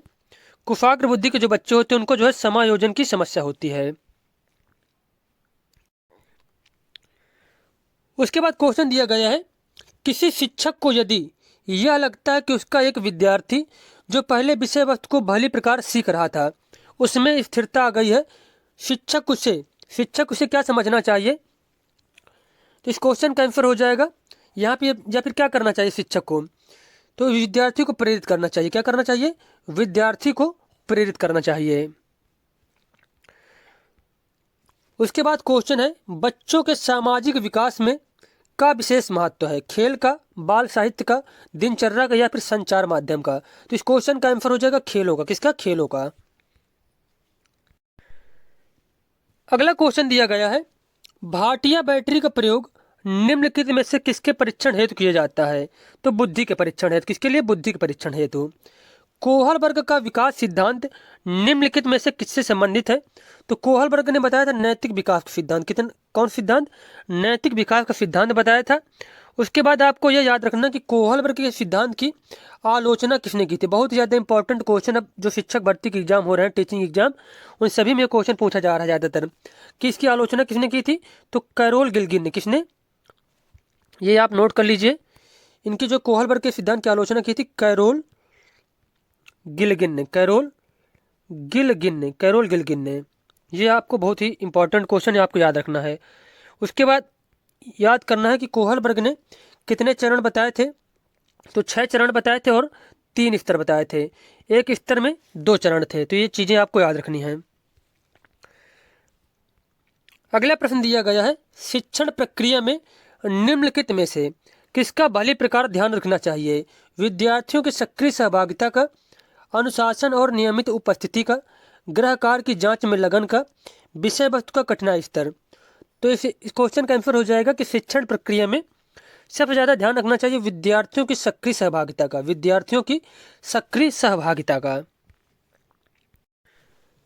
निम्नलिखित व्यक्तियों में से कौन अपने बच्चे या फिर बच्चों को आंतरिक प्रेरणा दे रहा है। फादर रॉबर्ट अपनी कक्षा के उन बच्चों को चॉकलेट देते हैं जो अच्छा व्यवहार करते हैं। अगली कक्षा में कक्षोन्नति पाने पर नंद कुमार अपने पुत्र को कहानी की पुस्तक देते हैं। अपने पुत्र के जन्मदिन पर गिरिजेश कुमार दावत देते हैं। विज्ञान विषयों में सर्वोच्च अंक पाने पर राकेश कुमार अपने पुत्र की प्रशंसा करते हैं। तो यहाँ पे क्वेश्चन ये पूछा गया है कि आंतरिक अभिप्रेरणक उदाहरण कौन से इनमें से है। तो इसका आंसर हो जाएगा कि विज्ञान विषयों में सर्वोच्च अंक पाने पर राकेश कुमार अपने पुत्र की प्रशंसा करते हैं। तो ये क्या एक आंतरिक अभिप्रेरणक एग्जाम्पल हो जाएगा। अब जैसे कि हम लोग समझते हैं कि आंतरिक प्रेरणा या फिर बाह्य प्रेरणा क्या होती है। जैसे कि बाह्य प्रेरणा जो हमें दिखावा के लिए जो चीज़ें करनी होती हैं, जैसे कि हमें ज़्यादा नंबर लाने हैं, पुरस्कार पाने के लिए पढ़ाई करनी है, ग्रेड पाने के लिए पढ़ाई करनी है। तो इस प्रकार की जो चीज़ें होती हैं बाह्य प्रेरणा के अंतर्गत आती हैं। और आंतरिक प्रेरणा के अंतर्गत वह चीज़ें आती हैं जब कोई चीज़ें में आंतरिक संतुष्टि के लिए करनी होती है, अपनी खुद के खुशी के लिए करनी होती है। अगला प्रश्न यहाँ पर दिया गया है, पूर्वग्राही किशोर किशोरी अपनी के प्रति कठोर होंगे, अपनी जीवन शैली के प्रति कठोर होंगे। किसके प्रति? जीवन शैली के प्रति कठोर होंगे। उसके बाद संज्ञानात्मक विकास के 4 चरणों संवेदी पेशी, पूर्व संक्रियात्मक, स्थूल संक्रियात्मक और औपचारिक संक्रियात्मक की पहचान की गई है। किसके द्वारा? पियाजे के द्वारा। अभी हम लोगों ने 4 अवस्थाओं के बारे में पढ़ा था, यह अवस्थाएं दी गई थी पियाजे के द्वारा। उसके बाद क्वेश्चन है, कौन से गुण अच्छे मानसिक स्वास्थ्य के नहीं हैं? नियमित जीवन, संवेगात्मक परिपक्वता, आत्मविश्वास, सहनशीलता, बहुत विनीत, स्वयं में सीमित, वास्तविकता की स्वीकृति, स्व मूल्यांकन की योग्यता। तो यहाँ पे अच्छे मानसिक स्वास्थ्य के गुण नहीं है, बहुत विनीत और स्वयं में सीमित होना, यहाँ पे अच्छे मानसिक स्वास्थ्य के गुण नहीं है। उसके बाद क्वेश्चन है, अधिगम क्षमता निम्नलिखित में से किससे प्रभावित नहीं होती है? आनुवांशिकता, वातावरण, प्रशिक्षण या फिर शिक्षण और राष्ट्रीयता। तो इस क्वेश्चन का आंसर यहाँ पे हो जाएगा कि अधिगम जो क्षमता है यह राष्ट्रीयता से प्रभावित नहीं होगी, जबकि आनुवांशिकता से प्रभावित होगी, वातावरण से भी प्रभावित होगी और प्रशिक्षण से भी प्रभावित होगी। उसके बाद क्वेश्चन दिया गया है, किस अधिगम मनोवैज्ञानिक ने बाल अधिगम विकास में पुरस्कार को महत्व नहीं दिया है? Thorndike, Pavlov, Skinner, गुथरी। तो इसका आंसर हो जाएगा गुथरी ने पुरस्कार को महत्व नहीं दिया है। अगला प्रश्न है, संवेग व्यक्ति की उत्तेजित दशा है, यह कथन निम्नांकित में से किसका है? संवेग व्यक्ति की उत्तेजित दशा, यह कथन दिया गया था वुडवर्थ के द्वारा। किसके द्वारा दिया गया था? वुडवर्थ के द्वारा दिया गया था। अगला प्रश्न यहाँ पे है, शैक्षिक विकास में मूल्यांकन का क्या अर्थ होता है? छात्रों के प्रगति का आकलन, कक्षा अभिलेखों का मूल्यांकन, कार्य निष्पादन का मूल्यांकन, ज्ञान क्षमता का मूल्यांकन। तो इसका आंसर हो जाएगा कि शैक्षिक विकास में मूल्यांकन का अर्थ यह होता है छात्रों के प्रगति का आकलन, छात्रों की प्रगति का आकलन। अगला प्रश्न है, माँ बाप के साथ से बाहर निकल अपने साथी बालकों की संगत को पसंद करना संबंधित है किशोरावस्था से, पूर्व बाल्यावस्था से, उत्तर बाल्यावस्था से या फिर शैशवावस्था से? तो इसका आंसर हो जाएगा उत्तर बाल्यावस्था से, उत्तर बाल्यावस्था से। सीखने का प्राथमिक मूलभूत नियम संबंधित है। तो जो थॉर्नडाइक ने जो बताए थे, यहाँ पे 3 नियम बताए थे सीखने के। तो यहाँ पे हमें बताना कि जो सीखने का जो प्रथम नियम कौन सा है। जैसे कि मुख्य नियम कितने बताए थे, 3 नियम, तो उसमें से प्रथम नियम कौन सा है, तो प्रथम नियम होता है तत्परता का नियम। कौन सा नियम, तत्परता का नियम। कौन कौन से नियम बताए थे, 3, तत्परता का नियम, तत्परता का नियम, उसके बाद अभ्यास का नियम और प्रभाव का नियम, ये 3 नियम बताए थे। अब यहाँ पे क्वेश्चन यह पूछा गया है कि सीखने का जो प्राथमिक मूलभूत नियम संबंधित है किससे, तत्परता से। अगला क्वेश्चन है, अब यहाँ पे अगला प्रश्न दिया गया है, मानसिक परिपक्वता की ऊंचाइयों को छूने के लिए प्रयत्नरत रहना संबंधित कौन सी अवस्था से, किशोरावस्था से, प्रौढ़ावस्था, पूर्व बाल्यावस्था या फिर उत्तर बाल्यावस्था। तो इसका आंसर हो जाएगा प्रौढ़ावस्था। किससे, प्रौढ़ावस्था से। अगला प्रश्न यहाँ पे दिया गया है, सीखने की प्रक्रिया को प्रभावित करने वाले कारक हैं, अनुकरण, प्रशंसा एवं निंदा, प्रतियोगिता या फिर ये सभी। तो ये सभी कारक जो है सीखने की प्रक्रिया को प्रभावित करेंगे, तो यहाँ पे डी वाला ऑप्शन बिल्कुल ही सही हो जाएगा। उसके बाद नेक्स्ट क्वेश्चन दिया गया है, बालकों के सीखने में प्रेरणा को किस रूप में उपयोगी माना जाता है, बालक की व्यक्तित्व का आदर के रूप में, पुरस्कार एवं दंड, प्रशंसा एवं भर्त्सना या फिर उपयुक्त सभी। तो इसका आंसर हो जाएगा उपयुक्त सभी के रूप में, उपयुक्त सभी के रूप में। अगला प्रश्न है, निम्नलिखित में से किस एक से शिशु के अधिगम को सहायता नहीं मिलती है, अनुकरण से, प्रेरणा से, स्कूल के बस्ता या फिर पुरस्कार से। तो स्कूल के बस्ता से यहाँ पे अधिगम में जो है कोई भी सहायता नहीं मिलती है, जबकि अनुकरण, प्रेरणा और पुरस्कार ये सभी क्या है, अधिगम में हेल्प करते हैं। उसके बाद क्वेश्चन है, स्वकेंद्रित अवस्था होती है बालक के जन्म से 2 वर्ष तक। कब तक, जन्म से 2 वर्ष तक स्वकेंद्रित अवस्था होती है। किस मनोवैज्ञानिक के अनुसार विकास एक सतत और धीमी प्रक्रिया है। विकास क्या है, सतत और धीमी प्रक्रिया है। तो यह कथन दिया गया था स्किनर के द्वारा। किसके द्वारा दिया गया था, स्किनर के द्वारा दिया गया था।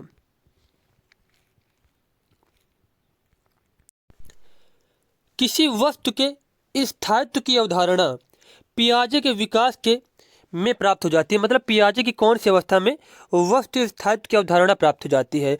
तो सबसे पहले हम लोग जानते हैं कि वस्तु स्थायित्व क्या होता है।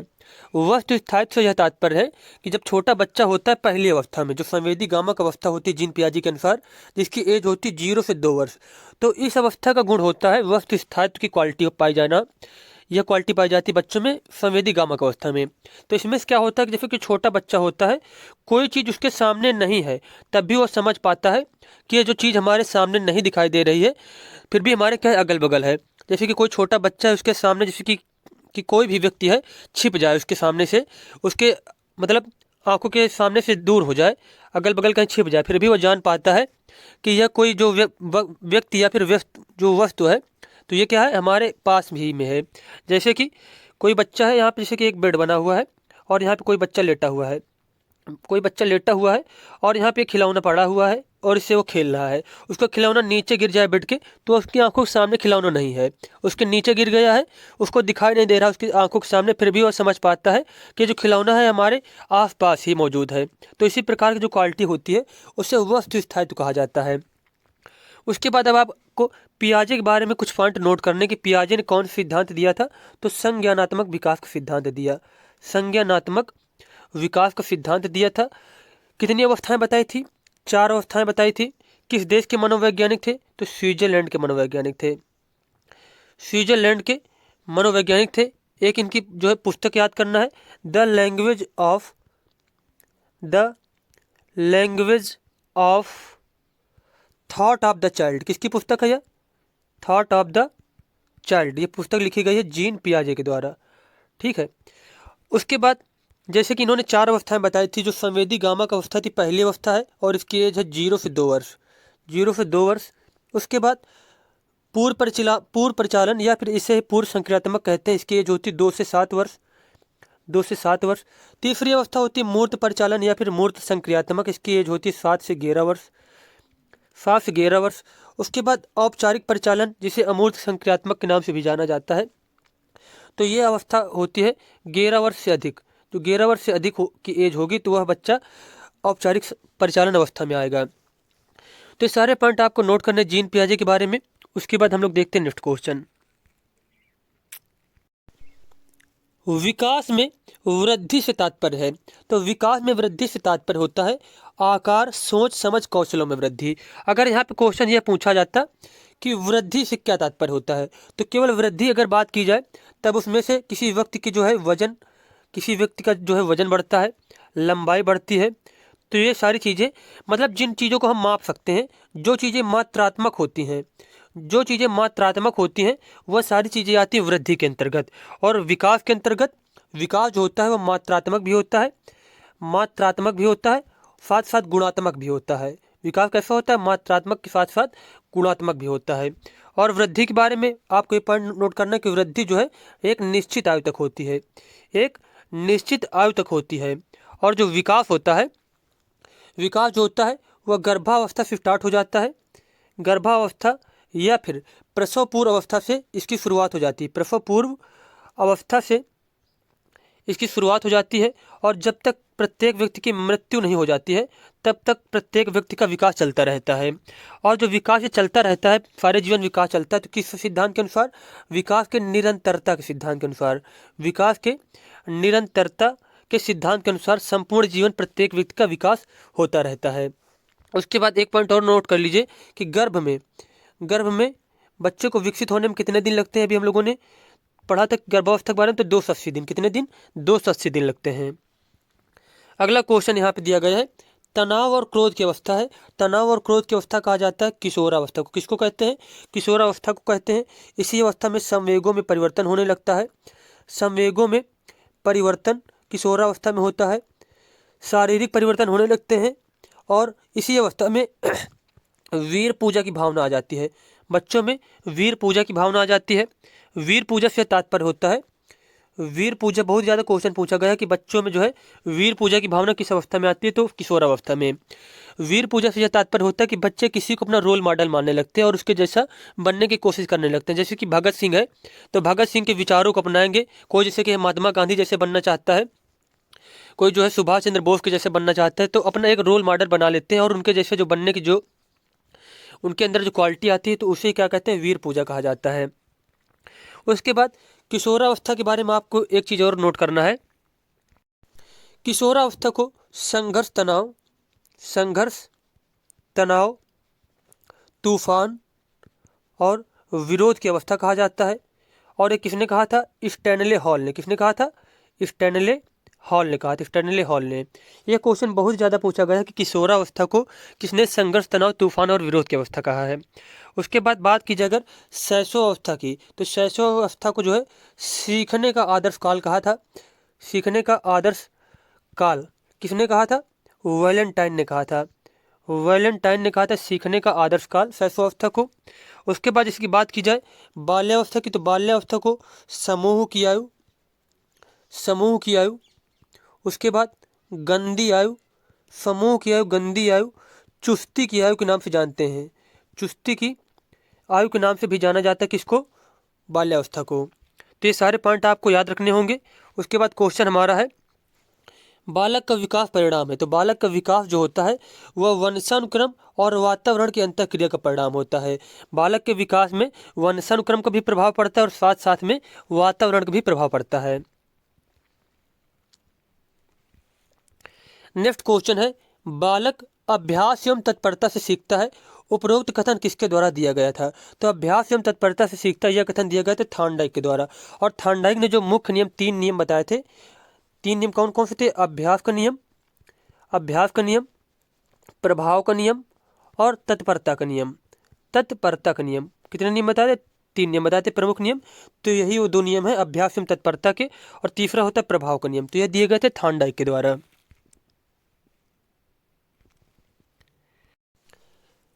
श्याम पट्ट पर लिखते समय सबसे महत्वपूर्ण क्या होता है? तो अच्छी लिखावट। क्या होता है? सबसे चीज होती है इंपॉर्टेंट, अच्छी लिखावट। शरीर के आकार में वृद्धि होती है क्योंकि शारीरिक और गत्यात्मक विकास के कारण, शारीरिक और गत्यात्मक विकास के कारण। पियाजे के संज्ञानात्मक विकास के अनुसार संवेदी क्रियात्मक अवस्था की एज पूछा गया है यहाँ पे। अभी हम लोगों ने पिछले जो है क्वेश्चन में पढ़ा था, संवेदी गामक अवस्था की एज क्या होती है, 0 से 2 वर्ष। तो जन्म से लगाकर 2 वर्ष तक हो जाएगी इसकी अवस्था की एज। नेक्स्ट क्वेश्चन यहाँ पे दिए गए, निम्न में से कौन सा कथन सत्य है। लड़के अधिक बुद्धिमान होते हैं, लड़कियां अधिक बुद्धिमान होती हैं, बुद्धि का लिंग से संबंध नहीं है, सामान्यतः लड़के लड़कियों से अधिक बुद्धिमान होते हैं। तो इस क्वेश्चन का सही आंसर हो जाएगा कि बुद्धि का लिंग से संबंध नहीं होता है। लड़के भी बुद्धिमान हो सकते हैं और लड़कियां भी बुद्धिमान हो सकती हैं। परामर्श का उद्देश्य, परामर्श का क्या उद्देश्य होता है, बच्चों को समझना, बच्चों की कमियों के कारण का पता करना, बच्चों को समायोजन में सहायता करना। तो परामर्श के ये सारे उद्देश्य हैं। तो इसके अनुसार यहाँ पे उपरोक्त सभी आंसर यहाँ पे सही हो जाएगा। बच्चों में नैतिकता की स्थापना के लिए सर्वोत्तम मार्ग क्या है। तो इन ऑप्शन के अनुसार नैतिकता का अगर विकास करना है बच्चों में, तो सबसे ज़्यादा इंपॉर्टेंट होता है शिक्षक का आदर्श रूप में व्यवहार करना। क्योंकि बच्चे जो होते हैं अपने बड़ों का अनुकरण करके सीखते हैं, और ज़्यादा टाइम जो होते हैं बच्चे, जैसे कि स्कूल में जब एडमिशन वगैरह हो गया उनका, तो स्कूल में ही बिताते हैं काफ़ी टाइम। तो एक शिक्षक का अनुकरण बहुत ही ज़्यादा करते हैं बच्चे। तो इसके अनुसार शिक्षक जिस प्रकार का व्यवहार करेगा तो बच्चे भी उसी प्रकार का व्यवहार करेंगे। तो इसलिए एक शिक्षक का आदर्श रूप में व्यवहार करना बहुत ज़्यादा इंपॉर्टेंट होता है। शिक्षा में फ्रोबेल का महत्वपूर्ण योगदान यह था कि इन्होंने किंडरगार्टन का विकास किया था। क्या किया था, किंडरगार्टन का विकास किया था। एक अच्छा अध्यापक विद्यार्थियों के मध्य बढ़ावा देता है प्रतियोगिता की भावना का, सहयोग की भावना का, प्रतिद्वंदिता की भावना का, या फिर तटस्थता की भावना का। तो इसका आंसर हो जाएगा सहयोग की भावना का। किसका, सहयोग की भावना का। और एक जो अच्छा जो अध्यापक होगा तो बच्चों में वो कभी भी प्रतिद्वंदात्मक और जो है प्रतियोगिता की भावना का विकास नहीं करता है। ये सारे क्या निगेटिव पॉइंट होते हैं।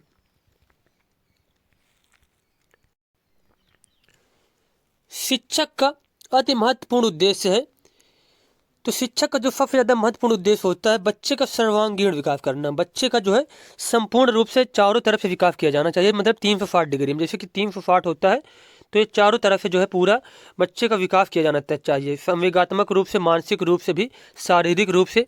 बस यह केवल दायित्व नहीं होता है टीचर का कि बस उसका सब्जेक्ट जो है कोर्स पूरा करा दिया जाए।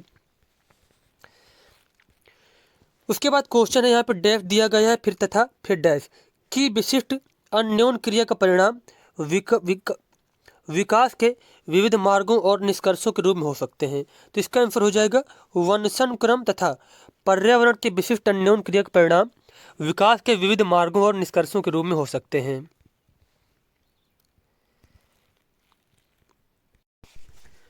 अब यहाँ पे क्वेश्चन दिया गया है, कितने महीने की आयु के बीच अधिकांश बच्चे शब्दों को मिलाकर छोटे छोटे वाक्यों में बोलना शुरू कर देते हैं। तो 18 से 24 महीने में, 18 से 24 महीने में। नेक्स्ट क्वेश्चन यहाँ पे दिया गया है, 6 से 14 वर्ष के बीच की आयु के बच्चों को एक मौलिक अधिकार के रूप में मुफ्त और अनिवार्य शिक्षा देने के उद्देश्य से सर्व शिक्षा अभियान वर्ष में शुरू किया गया था। तो सर्व शिक्षा अभियान कब शुरू की, सर्व शिक्षा अभियान जो है कब शुरू किया गया था, 2001 में, 2001 में। थॉर्नडाइक के अधिगम सिद्धांत के अनुसार अधिगम का आधार क्या है। तो अधिगम का आधार है उद्दीपन अनुक्रिया। क्या है, उद्दीपन अनुक्रिया। और क्रिया प्रसूत का सिद्धांत किसने दिया था, स्किनर ने दिया था। किसने दिया, स्किनर ने दिया था। और अंतर्दृष्टि या फिर सोच का सिद्धांत दिया था कोहलर ने। किसने, कोहलर ने। निम्नलिखित में से कौन सा महत्वपूर्ण प्रभाव शिक्षण की प्रभावकारिता पर निर्भर करती है। विद्यालय की संरचना, शिक्षक को विषय की समझ, शिक्षक की योग्यता, या फिर शिक्षक की लिखावट। तो इसमें सबसे ज्यादा इंपॉर्टेंट है शिक्षक को विषय की समझ। शिक्षक निम्नलिखित के लिए शिक्षण संबंधी सहायता सामग्री का उपयोग करते हैं। किसके लिए, छात्रों को प्रभावित करने के लिए, शिक्षण को रोचक बनाने के लिए, छात्रों को एकाग्रचित्त बनाने के लिए, छात्रों के अंदर शिक्षण रखने के लिए। तो शिक्षण संबंधी जो सहायता सामग्री होती है उसका यूज किया जाता है शिक्षक के द्वारा शिक्षण को रोचक बनाने के लिए, शिक्षक को आनंदित और रोचक बनाने के लिए। अगला क्वेश्चन यहाँ पर दिया गया है, यदि बुलाए जाने पर कुछ छात्रों के माता पिता या फिर अभिभावक आकर शिक्षक से नहीं मिलते तो शिक्षक को क्या करना चाहिए। तो एक शिक्षक का दायित्व होता है कि किसी के माता पिता अगर नहीं आ रहे हैं तो एक शिक्षक उनसे खुद मिलना चाहिए। जाकर उनसे मिलना चाहिए। शिक्षक को क्या करना चाहिए? जाकर उनसे मिलना चाहिए।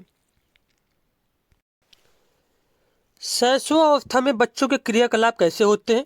मूल प्रवृत्त्यात्मक। कैसे होते हैं? मूल प्रवृत्त्यात्मक होते हैं। पाठचर्या निर्माण को कार्य माना जाता है। एक नेमिकार, एक विशेषज्ञता कार्य नहीं, एक अत्यधिक विशेषज्ञता कार्य, एक महत्वपूर्ण कार्य। तो इसका आंसर हो जाएगा पाठचर्या निर्माण करना एक अत्यधिक इंपॉर्टेंट होता है, बहुत ज़्यादा इंपॉर्टेंट होता है। इसकी वजह से एक अत्यधिक विशेषज्ञता कार्य है यह। विद्यार्थियों की प्रशंसा की जानी चाहिए। तो लोगों के बीच में, लोगों के बीच में, जिसकी वजह से जो विद्यार्थी हों थोड़ा अपने को क्या है अच्छा महसूस कर पाएँ कि लोग उनको अच्छा समझ रहे हैं जब उनकी प्रशंसा की जा रही है। जन्म से किशोरावस्था तक बच्चों में विकास किस क्रम में होता है? तो यहाँ पे जीन पियाजे के अनुसार जो है अवस्थाएं बताई गई हैं कि विकास जो है सबसे पहले सांवेदिक रूप में होगा, फिर मूर्त में, फिर अमूर्त में। तो इसका आंसर यहाँ पे पहला ही ऑप्शन सही दिया गया है।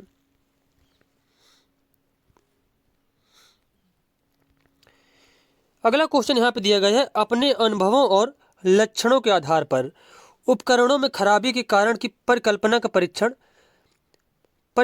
परीक्षण कर रवि उपकरणों की मरम्मत करता है, वह उपयोग करता है। अंतर्दृष्टि का, कलन विधि का, मानसिक दृढ़ता का, या फिर अनुमानी विधि का। तो इसका आंसर हो जाएगा अनुमानी विधि का। किसका? अनुमानी विधि का, क्योंकि वो अपने अनुमान के अनुसार जो है परिकल्पना का परीक्षण कर उपकरणों की मरम्मत करता है। अगला क्वेश्चन यहाँ पे दिया गया है, विकास कभी न समाप्त होने वाली प्रक्रिया है, यह विचार किससे संबंधित है? तो यह विचार संबंधित है विकास के निरंतरता के सिद्धांत से। निरंतरता के सिद्धांत के अनुसार विकास जो है गर्भावस्था से प्रारंभ होकर जब तक प्रत्येक व्यक्ति की मृत्यु नहीं हो जाती तब तक विकास चलता रहता है। नेक्स्ट क्वेश्चन है, जब किसी शिक्षक पर प्राधिकारी हावी होते हैं या उसे अन्य कार्य करने के लिए विवश किया जाता है तो उसकी क्षमता क्या हो जाती है? घटती है। अगर किसी भी व्यक्ति के ऊपर बहुत ज़्यादा प्रेशर होगा तो क्या उसकी क्षमता घटती है? तो इसका आंसर बी वाला ऑप्शन सही हो जाएगा। अगला क्वेश्चन यहाँ पे दिया गया है, छात्रों के सही मूल्यांकन के लिए निम्नलिखित में से किस विधि का प्रयोग किया जाना चाहिए? रचनात्मक मूल्यांकन, सतत मूल्यांकन, कोर्स के अंत में मूल्यांकन, प्रत्येक छमाही पर मूल्यांकन। तो यहाँ पे इस क्वेश्चन का आंसर हो जाएगा कि छात्रों के सही मूल्यांकन के लिए जो सर्वश्रेष्ठ विधि होती है वह होती है रचनात्मक मूल्यांकन। क्या होती है? रचनात्मक मूल्यांकन। एक शिक्षक को समाज में सम्मान मिलना चाहिए जब वह एक आदर्श जीवन जीता हो, निष्ठापूर्वक अपनी ड्यूटी करता हो, प्रभावकारी तरीके से पढ़ाने में सक्षम हो, या फिर ये सभी। तो एक शिक्षक को अगर ये सारे काम पर है, ये सारी क्वालिटीज पर है तो उसको सम्मान मिलना चाहिए। तो इसके अनुसार ये सभी हो जाएगा यहाँ पे आंसर। अगला क्वेश्चन यहाँ पे दिया गया है, राष्ट्रीय शिक्षा नीति 2020 में निम्नलिखित में से किसकी वकालत की गई है? मतलब कौन सी बातें राष्ट्रीय शिक्षा नीति 2020 जो है उसमें बताई गई हैं? विद्यार्थियों का समग्र विकास किया जाना चाहिए, सही है, बिल्कुल ये सही है। अनुभवात्मक शिक्षा होनी चाहिए, ये भी सही है। पाठ्यक्रम सामग्री में कटौती होनी चाहिए और बहुभाषावाद पर जोर देना चाहिए। तो ये चारों ऑप्शन जो है राष्ट्रीय शिक्षा नीति 2020 के अनुसार सही है। तो इसके अनुसार जो यहाँ पे जो ऑप्शन है तो यहाँ पे सी वाला ऑप्शन सही हो जाएगा, पहला, दूसरा, तीसरा, चौथा। कोई व्यक्ति एक प्रभावकारी तरीके से एक हुनर कैसे सीख सकता है? तो खुद करके जब तक कोई व्यक्ति नहीं करेगा कोई चीज़ तो उतना है मतलब उसको कॉन्फिडेंस नहीं आ पाएगा। और जब तक कोई चीज़ नहीं करेगा मतलब खुद से अगर कोई चीज़ करके सीखता है तो उसको जो है बहुत ज़्यादा प्रभाव पड़ता है उस पर और काफ़ी लंबे समय तक वो चीज़ें उसे आती रहती हैं। नेक्स्ट क्वेश्चन यहाँ पर दिया गया है, समावेशी शिक्षक सिद्धांत किस पर आधारित है? सामाजिक संतुलन, समता एवं समान अवसर, सामाजिक अस्तित्व एवं वैश्वीकरण, या फिर विश्व बंधुता। तो समावेशी शिक्षक सिद्धांत जो है आधारित है समता एवं समान अवसर पर। विद्यार्थियों में सामाजिक विकास विकसित करने हेतु एक अध्यापक को चाहिए कि वह जाने विद्यार्थियों के व्यक्तिगत रुचियों को, विद्यार्थियों के शारीरिक विकास को, विद्यार्थियों के सभी पक्षों को, विद्यार्थियों के कार्य निष्पादन को। तो इसका आंसर हो जाएगा कि विद्यार्थियों में सामाजिक विकास विकसित करना किसी टीचर को तो उसके लिए विद्यार्थियों के सभी पक्षों को जानना आवश्यक होता है। अगला प्रश्न यहाँ पे दिया गया है, शब्द आइडेंटिकल एलिमेंट्स समान तत्व निम्न में से किससे संबंध रखता है? तो यह संबंध रखता है अधिगम स्थानांतरण से, अधिगम स्थानांतरण से। उसके बाद क्वेश्चन हमारा, स्फूर्ति अवस्था कहा जाता है, स्फूर्ति अवस्था कहा जाता है बाल्यावस्था को। किसको? बाल्यावस्था को। वातावरण वह बाहरी शक्ति है जो हमें प्रभावित करती है, किसने कहा है? तो यह कथन है रॉस का। किसका? रॉस का। संवेदना ज्ञान की पहली सीढ़ी है, यह कथन किससे संबंधित है? मानसिक विकास से, शारीरिक विकास, ध्यान का विकास या फिर भाषा का विकास? तो संवेदना ज्ञान की पहली सीढ़ी है, यह कथन संबंधित है मानसिक विकास से।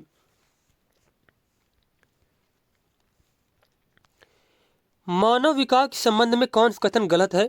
विकास पूर्वानुमान में होता है, सही है कि विकास का जो है कुछ हद तक पूर्वानुमान लगाया जा सकता है कि आगे चल के कोई व्यक्ति है कैसा मतलब कार्य करेगा।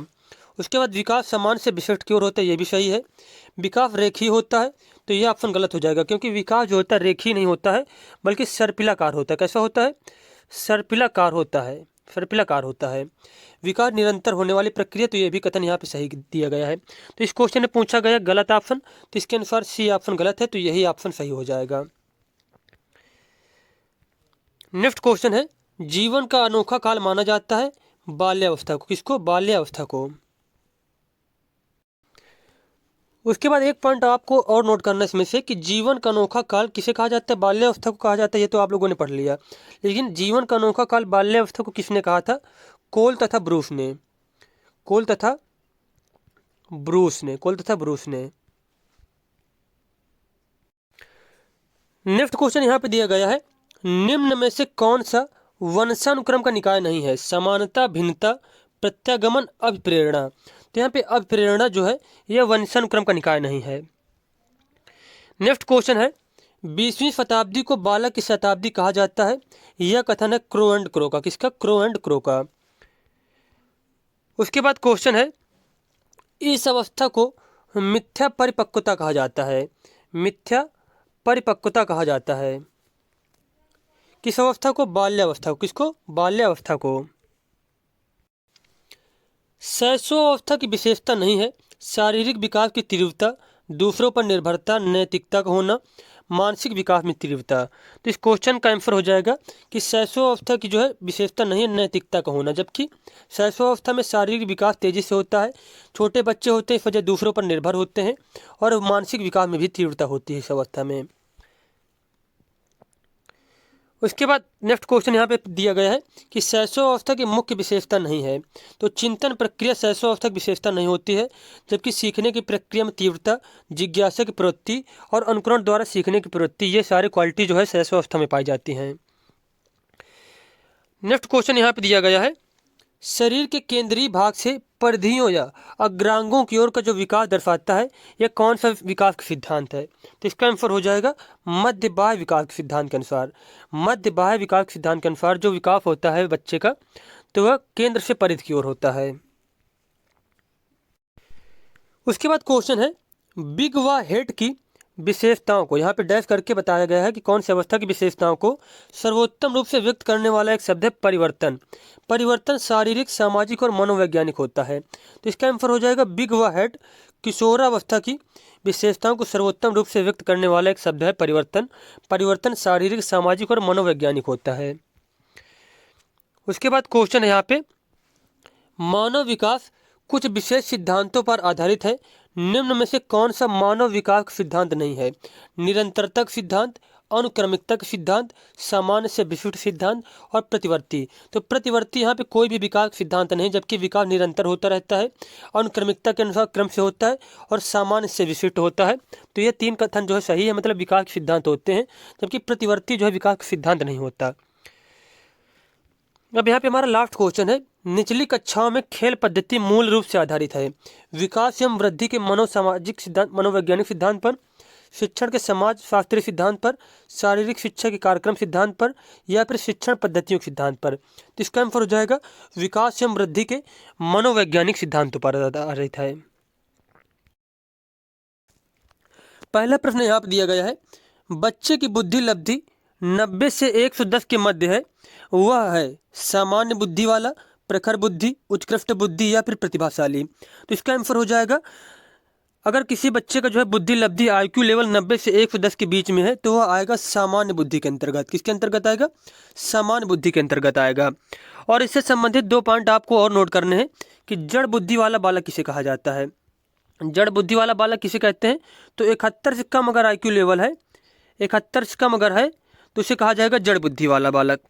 और एक पॉइंट इसमें से नोट करना है आपको जो है कि प्रतिभाशाली बालक किसे कहते हैं। प्रतिभाशाली बालक किसे कहा जाता है? तो 130 प्लस अगर IQ लेवल आ रहा है 130 प्लस तो उसे क्या कहते हैं? प्रतिभाशाली बालक कहते हैं। उसके बाद बुद्धि लब्धि का जो फार्मूला होता है, सूत्र होता है, यह आपको याद रखना है। इसका फार्मूला होता है मानसिक आयु बटे वास्तविक आयु, मानसिक आयु बटे वास्तविक आयु इंटू 100। ये भी आपको याद रखना है। उसके बाद अब यहाँ पे दूसरा क्वेश्चन दिया गया है, बच्चे के लिए निःशुल्क एवं अनिवार्य शिक्षा का अधिकार अधिनियम कितने वर्ष के लिए लागू है? तो इसका आंसर हो जाएगा 6 से 14 वर्ष के लिए। कितने वर्ष के लिए? बच्चों के लिए 6 से 14 वर्ष के लिए। अगर वहीं पर बात की जो दिव्यांग बच्चे अगर हैं, दिव्यांग बच्चे हैं तो उनके लिए है 18 वर्ष के लिए। उनके लिए है 18 वर्ष के लिए। कौन से एक्ट की बात की जा रही है यहाँ पे? Right to education act, RTE act 2009 के बारे में, 2009 के बारे में। एक बच्चे की वृद्धि और विकास के अध्ययन की सर्वाधिक अच्छी विधि कौन सी है? तो वृद्धि और विकास के अध्ययन की सर्वाधिक अच्छी विधि मानी जाती है विकासीय विधि। कौन सी विधि? विकासीय विधि।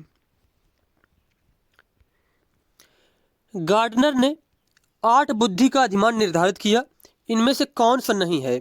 स्थान संबंधी बुद्धि, भावात्मक बुद्धि, अंतर्वैयक्तिक बुद्धि या फिर भाषात्मक बुद्धि। तो बात की जाए यहाँ पे जो गार्डनर ने 8 प्रकार की बुद्धि बताई थी तो इसमें से भावात्मक बुद्धि के बारे में कोई भी बात नहीं कही थी। तो इसके अनुसार ये वाला ऑप्शन गलत हो जाएगा, मतलब कि इन्होंने भावात्मक बुद्धि के बारे में नहीं बात की थी, जबकि स्थान संबंधी बुद्धि, अंतर्वैयक्तिक बुद्धि और भाषात्मक बुद्धि, ये जो 8 प्रकार की बुद्धि बताई थी उन्हीं के प्रकार होते हैं। उसके बाद गार्डनर का जो है एक बहुत ज़्यादा कथन इम्पॉर्टेंट है बुद्धि के बारे में कि बुद्धि का स्वरूप जो है एकांकी न होकर कैसा होता है? बहुप्रकारी होता है। बहुप्रकारी होता है। ये किसने कहा था? गार्डनर कहा था, बहुप्रकारी होता है। उसके बाद क्वेश्चन है, समूह की आयु, गंदी आयु, चुस्ती की आयु किस अवस्था को कहा जाता है? तो कहा जाता है बाल्यावस्था। किसको कहा जाता है? बाल्यावस्था को कहा जाता है। समूह की आयु, गंदी आयु और चुस्ती आयु के नाम से जानते हैं बाल्यावस्था को। और एक जो है किशोरावस्था को कहते हैं संघर्ष तनाव। ये बहुत ज़्यादा पूछा जाता है कि संघर्ष, तनाव, तूफान और विरोध की अवस्था किसे कहते हैं? तो यह कहा जाता है किशोरावस्था को। उसके बाद बात किया जाए अगर शैशवावस्था की, तो शैशवावस्था को सीखने का आदर्श काल कहा जाता है। सीखने का आदर्श काल कहते हैं शैशवावस्था को। और किसने कहा था? यह कहा था वैलेंटाइन ने। किसने कहा था? सीखने का आदर्श काल कहा था वैलेंटाइन ने शैशवावस्था को। और एक क्वेश्चन ये बहुत ज़्यादा पूछा जाता है कि शैशवावस्था में जो है बच्चों का व्यवहार कैसा होता है? तो मूल प्रवृत्त्यात्मक होता है। कैसा होता है? मूल प्रवृत्त्यात्मक व्यवहार होता है। और इस अवस्था में बच्चे जो होते हैं आत्म केंद्रित होते हैं, बस उनको खुद से मतलब होता है, खुद से प्यार होता है उनको बहुत ज़्यादा। उसके बाद बात की जाए जैसे कि गर्भावस्था की, तो विकास का जो है शुरुआत, विकास की शुरुआत कब से होती है? तो विकास की शुरुआत जो है गर्भावस्था से हो जाती है या फिर जो है प्रसव पूर्व अवस्था से। प्रसव पूर्व अवस्था से विकास की शुरुआत हो जाती है और जब तक प्रत्येक व्यक्ति की जैसे कि मृत्यु नहीं हो जाती तब तक विकास चलता रहता है। मनोविज्ञान शिक्षा का आधारभूत विज्ञान है, यह कहा था स्किनर ने। किसने कहा था? स्किनर ने कहा था। मनोविज्ञान क्या? शिक्षा का आधारभूत विज्ञान है। हिंदी अक्षरों को बालक किस आयु में पहचानने लगते हैं? तो इसका आंसर हो जाएगा 3 वर्ष में। कितने वर्ष में? 3 वर्ष में। एलेक्सिया क्या है? तो एलेक्सिया पढ़ने की क्षमता को कहा जाता है। क्या कहते हैं? पढ़ने की क्षमता को एलेक्सिया कहा जाता है। पियाजे की औपचारिक संक्रियात्मक अवस्था किस आयु अवस्था तक मानी जाती है? तो पियाजे ने जो 4 अवस्थाएं बताई थी, तो औपचारिक संक्रियात्मक अवस्था या फिर अमूर्त संक्रियात्मक अवस्था, ये पियाजे के अनुसार चौथी अवस्था है और इसकी एज थी 11 वर्ष से अधिक। 11 वर्ष से अधिक के जो बच्चे हैं वह अमूर्त संक्रियात्मक अवस्था या फिर औपचारिक संक्रियात्मक अवस्था में आते हैं। तो इसके अनुसार 11 से 15 वर्ष इसकी आयु हो जाएगी। अब बात की जाए जैसे कि 0 से 2 वर्ष जो पहली अवस्था होती है, तो इसका नाम है संवेदी गामक अवस्था। क्या नाम है इसका? संवेदी गामक अवस्था नाम है। उसके बाद जो दूसरी अवस्था जिसकी एज है 2 से 7 वर्ष, इसको पूर्व संक्रियात्मक के नाम से जानते हैं। और जो तीसरी अवस्था 7 से 11 वर्ष की जो एज है, इसको मूर्त संक्रियात्मक के नाम से जानते हैं। किसके नाम से? मूर्त संक्रियात्मक के नाम से जाना जाता है। उसके बाद क्वेश्चन है, गर्भ में बालक को विकसित होने में कितने दिन लगते हैं? तो 280 दिन लगते हैं। कितने दिन? 280 दिन लगते हैं। किस मनोवैज्ञानिक ने अपने 3 वर्षीय पुत्र का अध्ययन किया था? पेस्टोलॉजी ने। पेस्टोलॉजी ने। बालक का विकास होता है सिर से पैर की ओर। कैसे होता है? सिर से पैर की ओर होता है। और क्वेश्चन ये पूछा जाता है कि शिरोपुच्छ सिद्धांत के अनुसार, शिरोपुच्छ सिद्धांत के अनुसार बच्चे का विकास कैसे होता है? तो सिर से पैर की ओर होता है। या फिर एक और अन्य नाम इसका, जैसे कि मस्तकाधोमुखी। मस्तकाधोमुखी जो सिद्धांत है, इस सिद्धांत के अनुसार बच्चे का विकास कैसे होता है? तो सिर से पैर की ओर होता है। उसके बाद एक क्वेश्चन यह पूछा जाता है कि सबसे पहले बच्चे के किस अंग का विकास होता है? तो सिर का सबसे पहले विकास होता है। उसके बाद अगला क्वेश्चन है कि विकास के संबंध में गलत कथन क्या है? विशिष्ट से सामान्य की ओर विकास होता है, तो यही ऑप्शन गलत हो जाएगा, क्योंकि विकास होता है पहले सामान्य से विशिष्ट की ओर होता है। जैसे कि कोई बच्चा है तो पहले अपनी उंगलियां चलाना सीखेगा, फिर उसके बाद पूरे शरीर में उसका कंट्रोल होगा, फिर उसके बाद दौड़ना भागना स्टार्ट कर देगा। ना ही कि पहले दौड़ना स्टार्ट करेगा। तो ये ऑप्शन यहाँ पे गलत दिया गया है। विकास सार्वभौमिक प्रक्रिया सही कथन है बिल्कुल। दिशा सिर से पैर की ओर होती है, अभी हम लोगों ने पढ़ा, यह भी कथन सही है। और वर्तुलाकार गति में होता है विकास। वर्तुलाकार गति से तात्पर्य होता है कि कभी विकास जैसे कि बहुत तेजी गति में होगा, कभी एकदम डाउन हो जाएगा विकास। मतलब एक निश्चित गति के अनुसार विकास नहीं चलता है, और विकास चारों ओर होता है। ठीक है। उसके बाद नेक्स्ट क्वेश्चन हमारा है, गर्भाधान काल की अवस्था नहीं है, तो शैशव अवस्था यहाँ पे गर्भाधान काल की अवस्था नहीं, जबकि डिंबावस्था, बीजकरण और भ्रूणावस्था ये तीनों ही गर्भाधान काल की अवस्थाएं हैं। मानव जीवन की मनोभौतिक एकता कहलाती है मन तथा शरीर का विकास। मन तथा शरीर का विकास। अब देखो यहाँ पे क्वेश्चन पूछा गया कि गर्भ में सर्वप्रथम निर्माण किसका होता है? कौन से अंग का? तो सिर का निर्माण होता है सबसे पहले। जन्म के समय शिशु में कितनी हड्डियां होती हैं? तो 270 हड्डियां। कितनी होती हैं? 270। बालक अपनी मां को पहचानना प्रारंभ कर देता है 3 माह की अवस्था में। कितने माह की? 3 माह की अवस्था में। उसके बाद नेक्स्ट क्वेश्चन यहाँ पे दिया गया है, बालक के जन्म के समय शिशु के मस्तिष्क का भार कितना होता है? तो 350 ग्राम। कितना होता है? 350 ग्राम।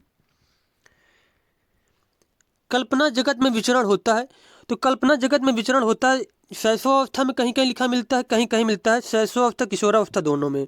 तो अगर यहाँ पे ऑप्शन हमें दोनों मिले, शैशवावस्था व किशोरावस्था, तो मैं दोनों यहाँ पे सही करने हैं, शैशवावस्था व किशोरावस्था में। बालक मुख्य रंगों की पहचान कर लेता है 5 वर्ष की आयु में। कितने वर्ष की आयु में? 5 वर्ष की आयु में। छोटे छोटे वाक्यों को बोलना तथा 3 पहियों की साइकिल चलाना, यह कार्य किस अवस्था में होता है? तो ऐसे कार्य होते हैं शैशव अवस्था में। कौन सी अवस्था में? शैशव अवस्था में। निम्न में से किस घटना की ओर बालक सर्वप्रथम आकर्षित होना प्रारंभ करता है? तो सबसे पहले बालक आकर्षित होता है प्रकाश की ओर। किसकी ओर? प्रकाश की ओर। बालक की जिज्ञासा को किया जाना चाहिए, शांत किया जाना चाहिए। अगर कोई बच्चा कोई क्वेश्चन पूछ रहा है तो उसको तुरंत जो है उसके जवाब देना चाहिए और उसकी जिज्ञासा को शांत करनी चाहिए। भारत में बाल विकास की शुरुआत कब हुई थी? तो 1930 में। कब हुई थी? 1930 में। और भारत में जो है मनोविज्ञान को जो जनक माना जाता है वो माना जाता है ए सेन गुप्ता को। एन सेन गुप्ता को, या फिर सीधा आप शॉर्टकट में नाम याद रखिए, सेन गुप्ता। सेन गुप्ता को। उसके बाद क्वेश्चन है, किशोर अवस्था में सामाजिक विकास पर जिसका प्रभाव नहीं पड़ता वह निम्न में से कौन सी है? रुचियां, आवश्यकता या फिर असुरक्षा या फिर अभिवृत्ति। तो इसका आंसर हो जाएगा असुरक्षा। इस अवस्था में बालक जो है असुरक्षा के प्रति भयभीत नहीं होते हैं। तो ये ऑप्शन यहाँ पे सी ऑप्शन यहाँ पे सही दिया गया है। किशोर अवस्था में चरित्र निर्माण से जो अवस्था संबंधित है वह निम्न में से है। वह अवस्था होती है आधारयुक्त आत्मचेतन अवस्था। आधारयुक्त आत्मचेतन अवस्था। विकास व्यक्ति में नवीन विशेषताएं और योग्यताएं प्रस्फुटित करता है। यह कथन किसका है? यह कथन है हरलॉक का। किसका? हरलॉक का। किशोरावस्था एक नया जन्म है। इसमें उच्चतर और श्रेष्ठतर मानव विशेषताओं का जन्म होता है। यह कथन किसका है? तो यहाँ पे जो कथन दिया गया इसका आंसर हो जाएगा स्टैनले हॉल का। किसका? स्टैनले हॉल ने कहा किशोरावस्था एक नया जन्म है, इसमें उच्चतर और श्रेष्ठतर मानव विशेषताओं का जन्म होता है। किसने कहा था? स्टैनले हॉल ने।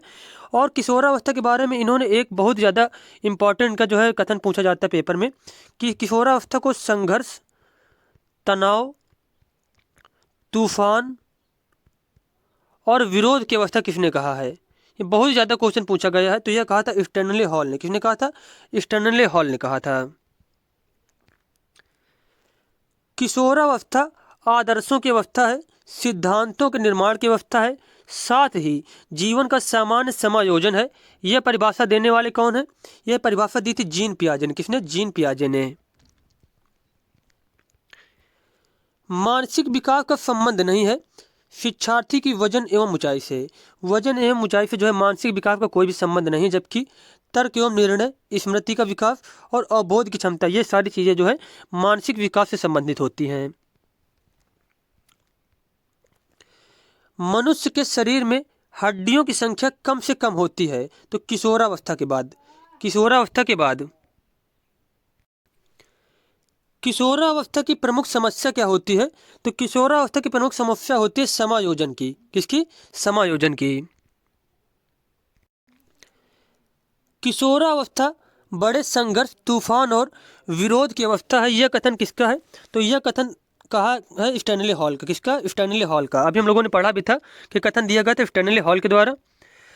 उसके बाद क्वेश्चन है यहाँ पे, जीन पियाजे के अनुसार संज्ञानात्मक विकास की कितनी अवस्थाएं? तो 4 अवस्थाएं हैं। और जीन पियाजे किस देश के मनोवैज्ञानिक थे? तो स्विट्जरलैंड के। स्विट्जरलैंड के मनोवैज्ञानिक थे। उसके बाद अगला क्वेश्चन हमारा है, एरिक्सन के अनुसार कौन सी अवस्था में बालक अधिक पहल करता है लेकिन बहुत सशक्त भी हो सकता है, जो दोष भावनाओं की ओर ले जाता है? तो यहाँ पे इस क्वेश्चन का आंसर हो जाएगा कि एरिक्सन के अनुसार वह अवस्था कौन सी है जिसमें बालक अधिक पहल करता है लेकिन बहुत सशक्त भी हो सकता है? तो वह अवस्था होती है 3 से 6 वर्ष तक पहल बनाम दोष अवस्था। और एरिक्सन ने कुल कितनी अवस्थाएं बताई थी? तो 8 अवस्थाएं बताई थी। अगला क्वेश्चन यहाँ पे दिया गया है, मानसिक विकास को प्रभावित करने वाला कारक नहीं है परिवार का वातावरण, धार्मिक वातावरण, परिवार की सामाजिक स्थिति, परिवार की आर्थिक स्थिति। तो इसका आंसर हो जाएगा धार्मिक वातावरण। धार्मिक वातावरण। नैतिक तर्क का अवस्था सिद्धांत किसने स्पष्ट किया था? कोहलबर्ग ने। किसने किया था? कोहलबर्ग ने। उसके बाद एरिक्सन ने मनोसामाजिक सिद्धांत दिया था। मनोसामाजिक सिद्धांत किसने दिया था? एरिक्सन ने। फ्रायड ने मनोविश्लेषणात्मक सिद्धांत दिया। मनोविश्लेषण सिद्धांत दिया था फ्रायड ने। पावलोव ने क्लासिकल अनुबंधन का सिद्धांत दिया था। क्लासिकल अनुबंधन का सिद्धांत किसने दिया था? पावलोव ने दिया था।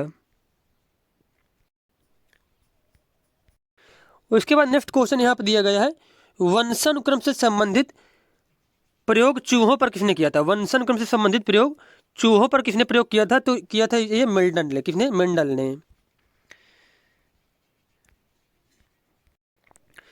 नेक्स्ट क्वेश्चन यहाँ पर दिया गया है, कौन सा ऊर्जावान मित्रवत बालक का लक्षण नहीं है? खुश मिजाज, सामाजिक, आसानी से चढ़ने वाला या फिर ऊर्जा को उच्च स्तर वाला? तो ऊर्जावान मित्रवत बालक जो है आसानी से चढ़ने वाले नहीं होते। यहाँ तो सी ऑप्शन यहाँ पे गलत दिया गया है। तो इसके अनुसार यही ऑप्शन सही हो जाएगा क्योंकि यहाँ पे निगेटिव क्वेश्चन पूछा गया है। नेक्स्ट क्वेश्चन यहाँ पे दिया गया है, किशोरावस्था प्रारंभ होती है। किशोरावस्था प्रारंभ कब से होती है? 12 वर्ष की आयु से और 18 वर्ष तक चलती है। कितने वर्ष तक? 18 वर्ष तक चलती है। उसके बाद क्वेश्चन यहाँ पे है, पूर्णतः प्रकारशील व्यक्ति का संप्रत्यय किसने दिया था? पूर्णतः प्रकारशील व्यक्ति का संप्रत्यय दिया था कार्ल रोजर्स ने, कार्ल रोजर्स ने।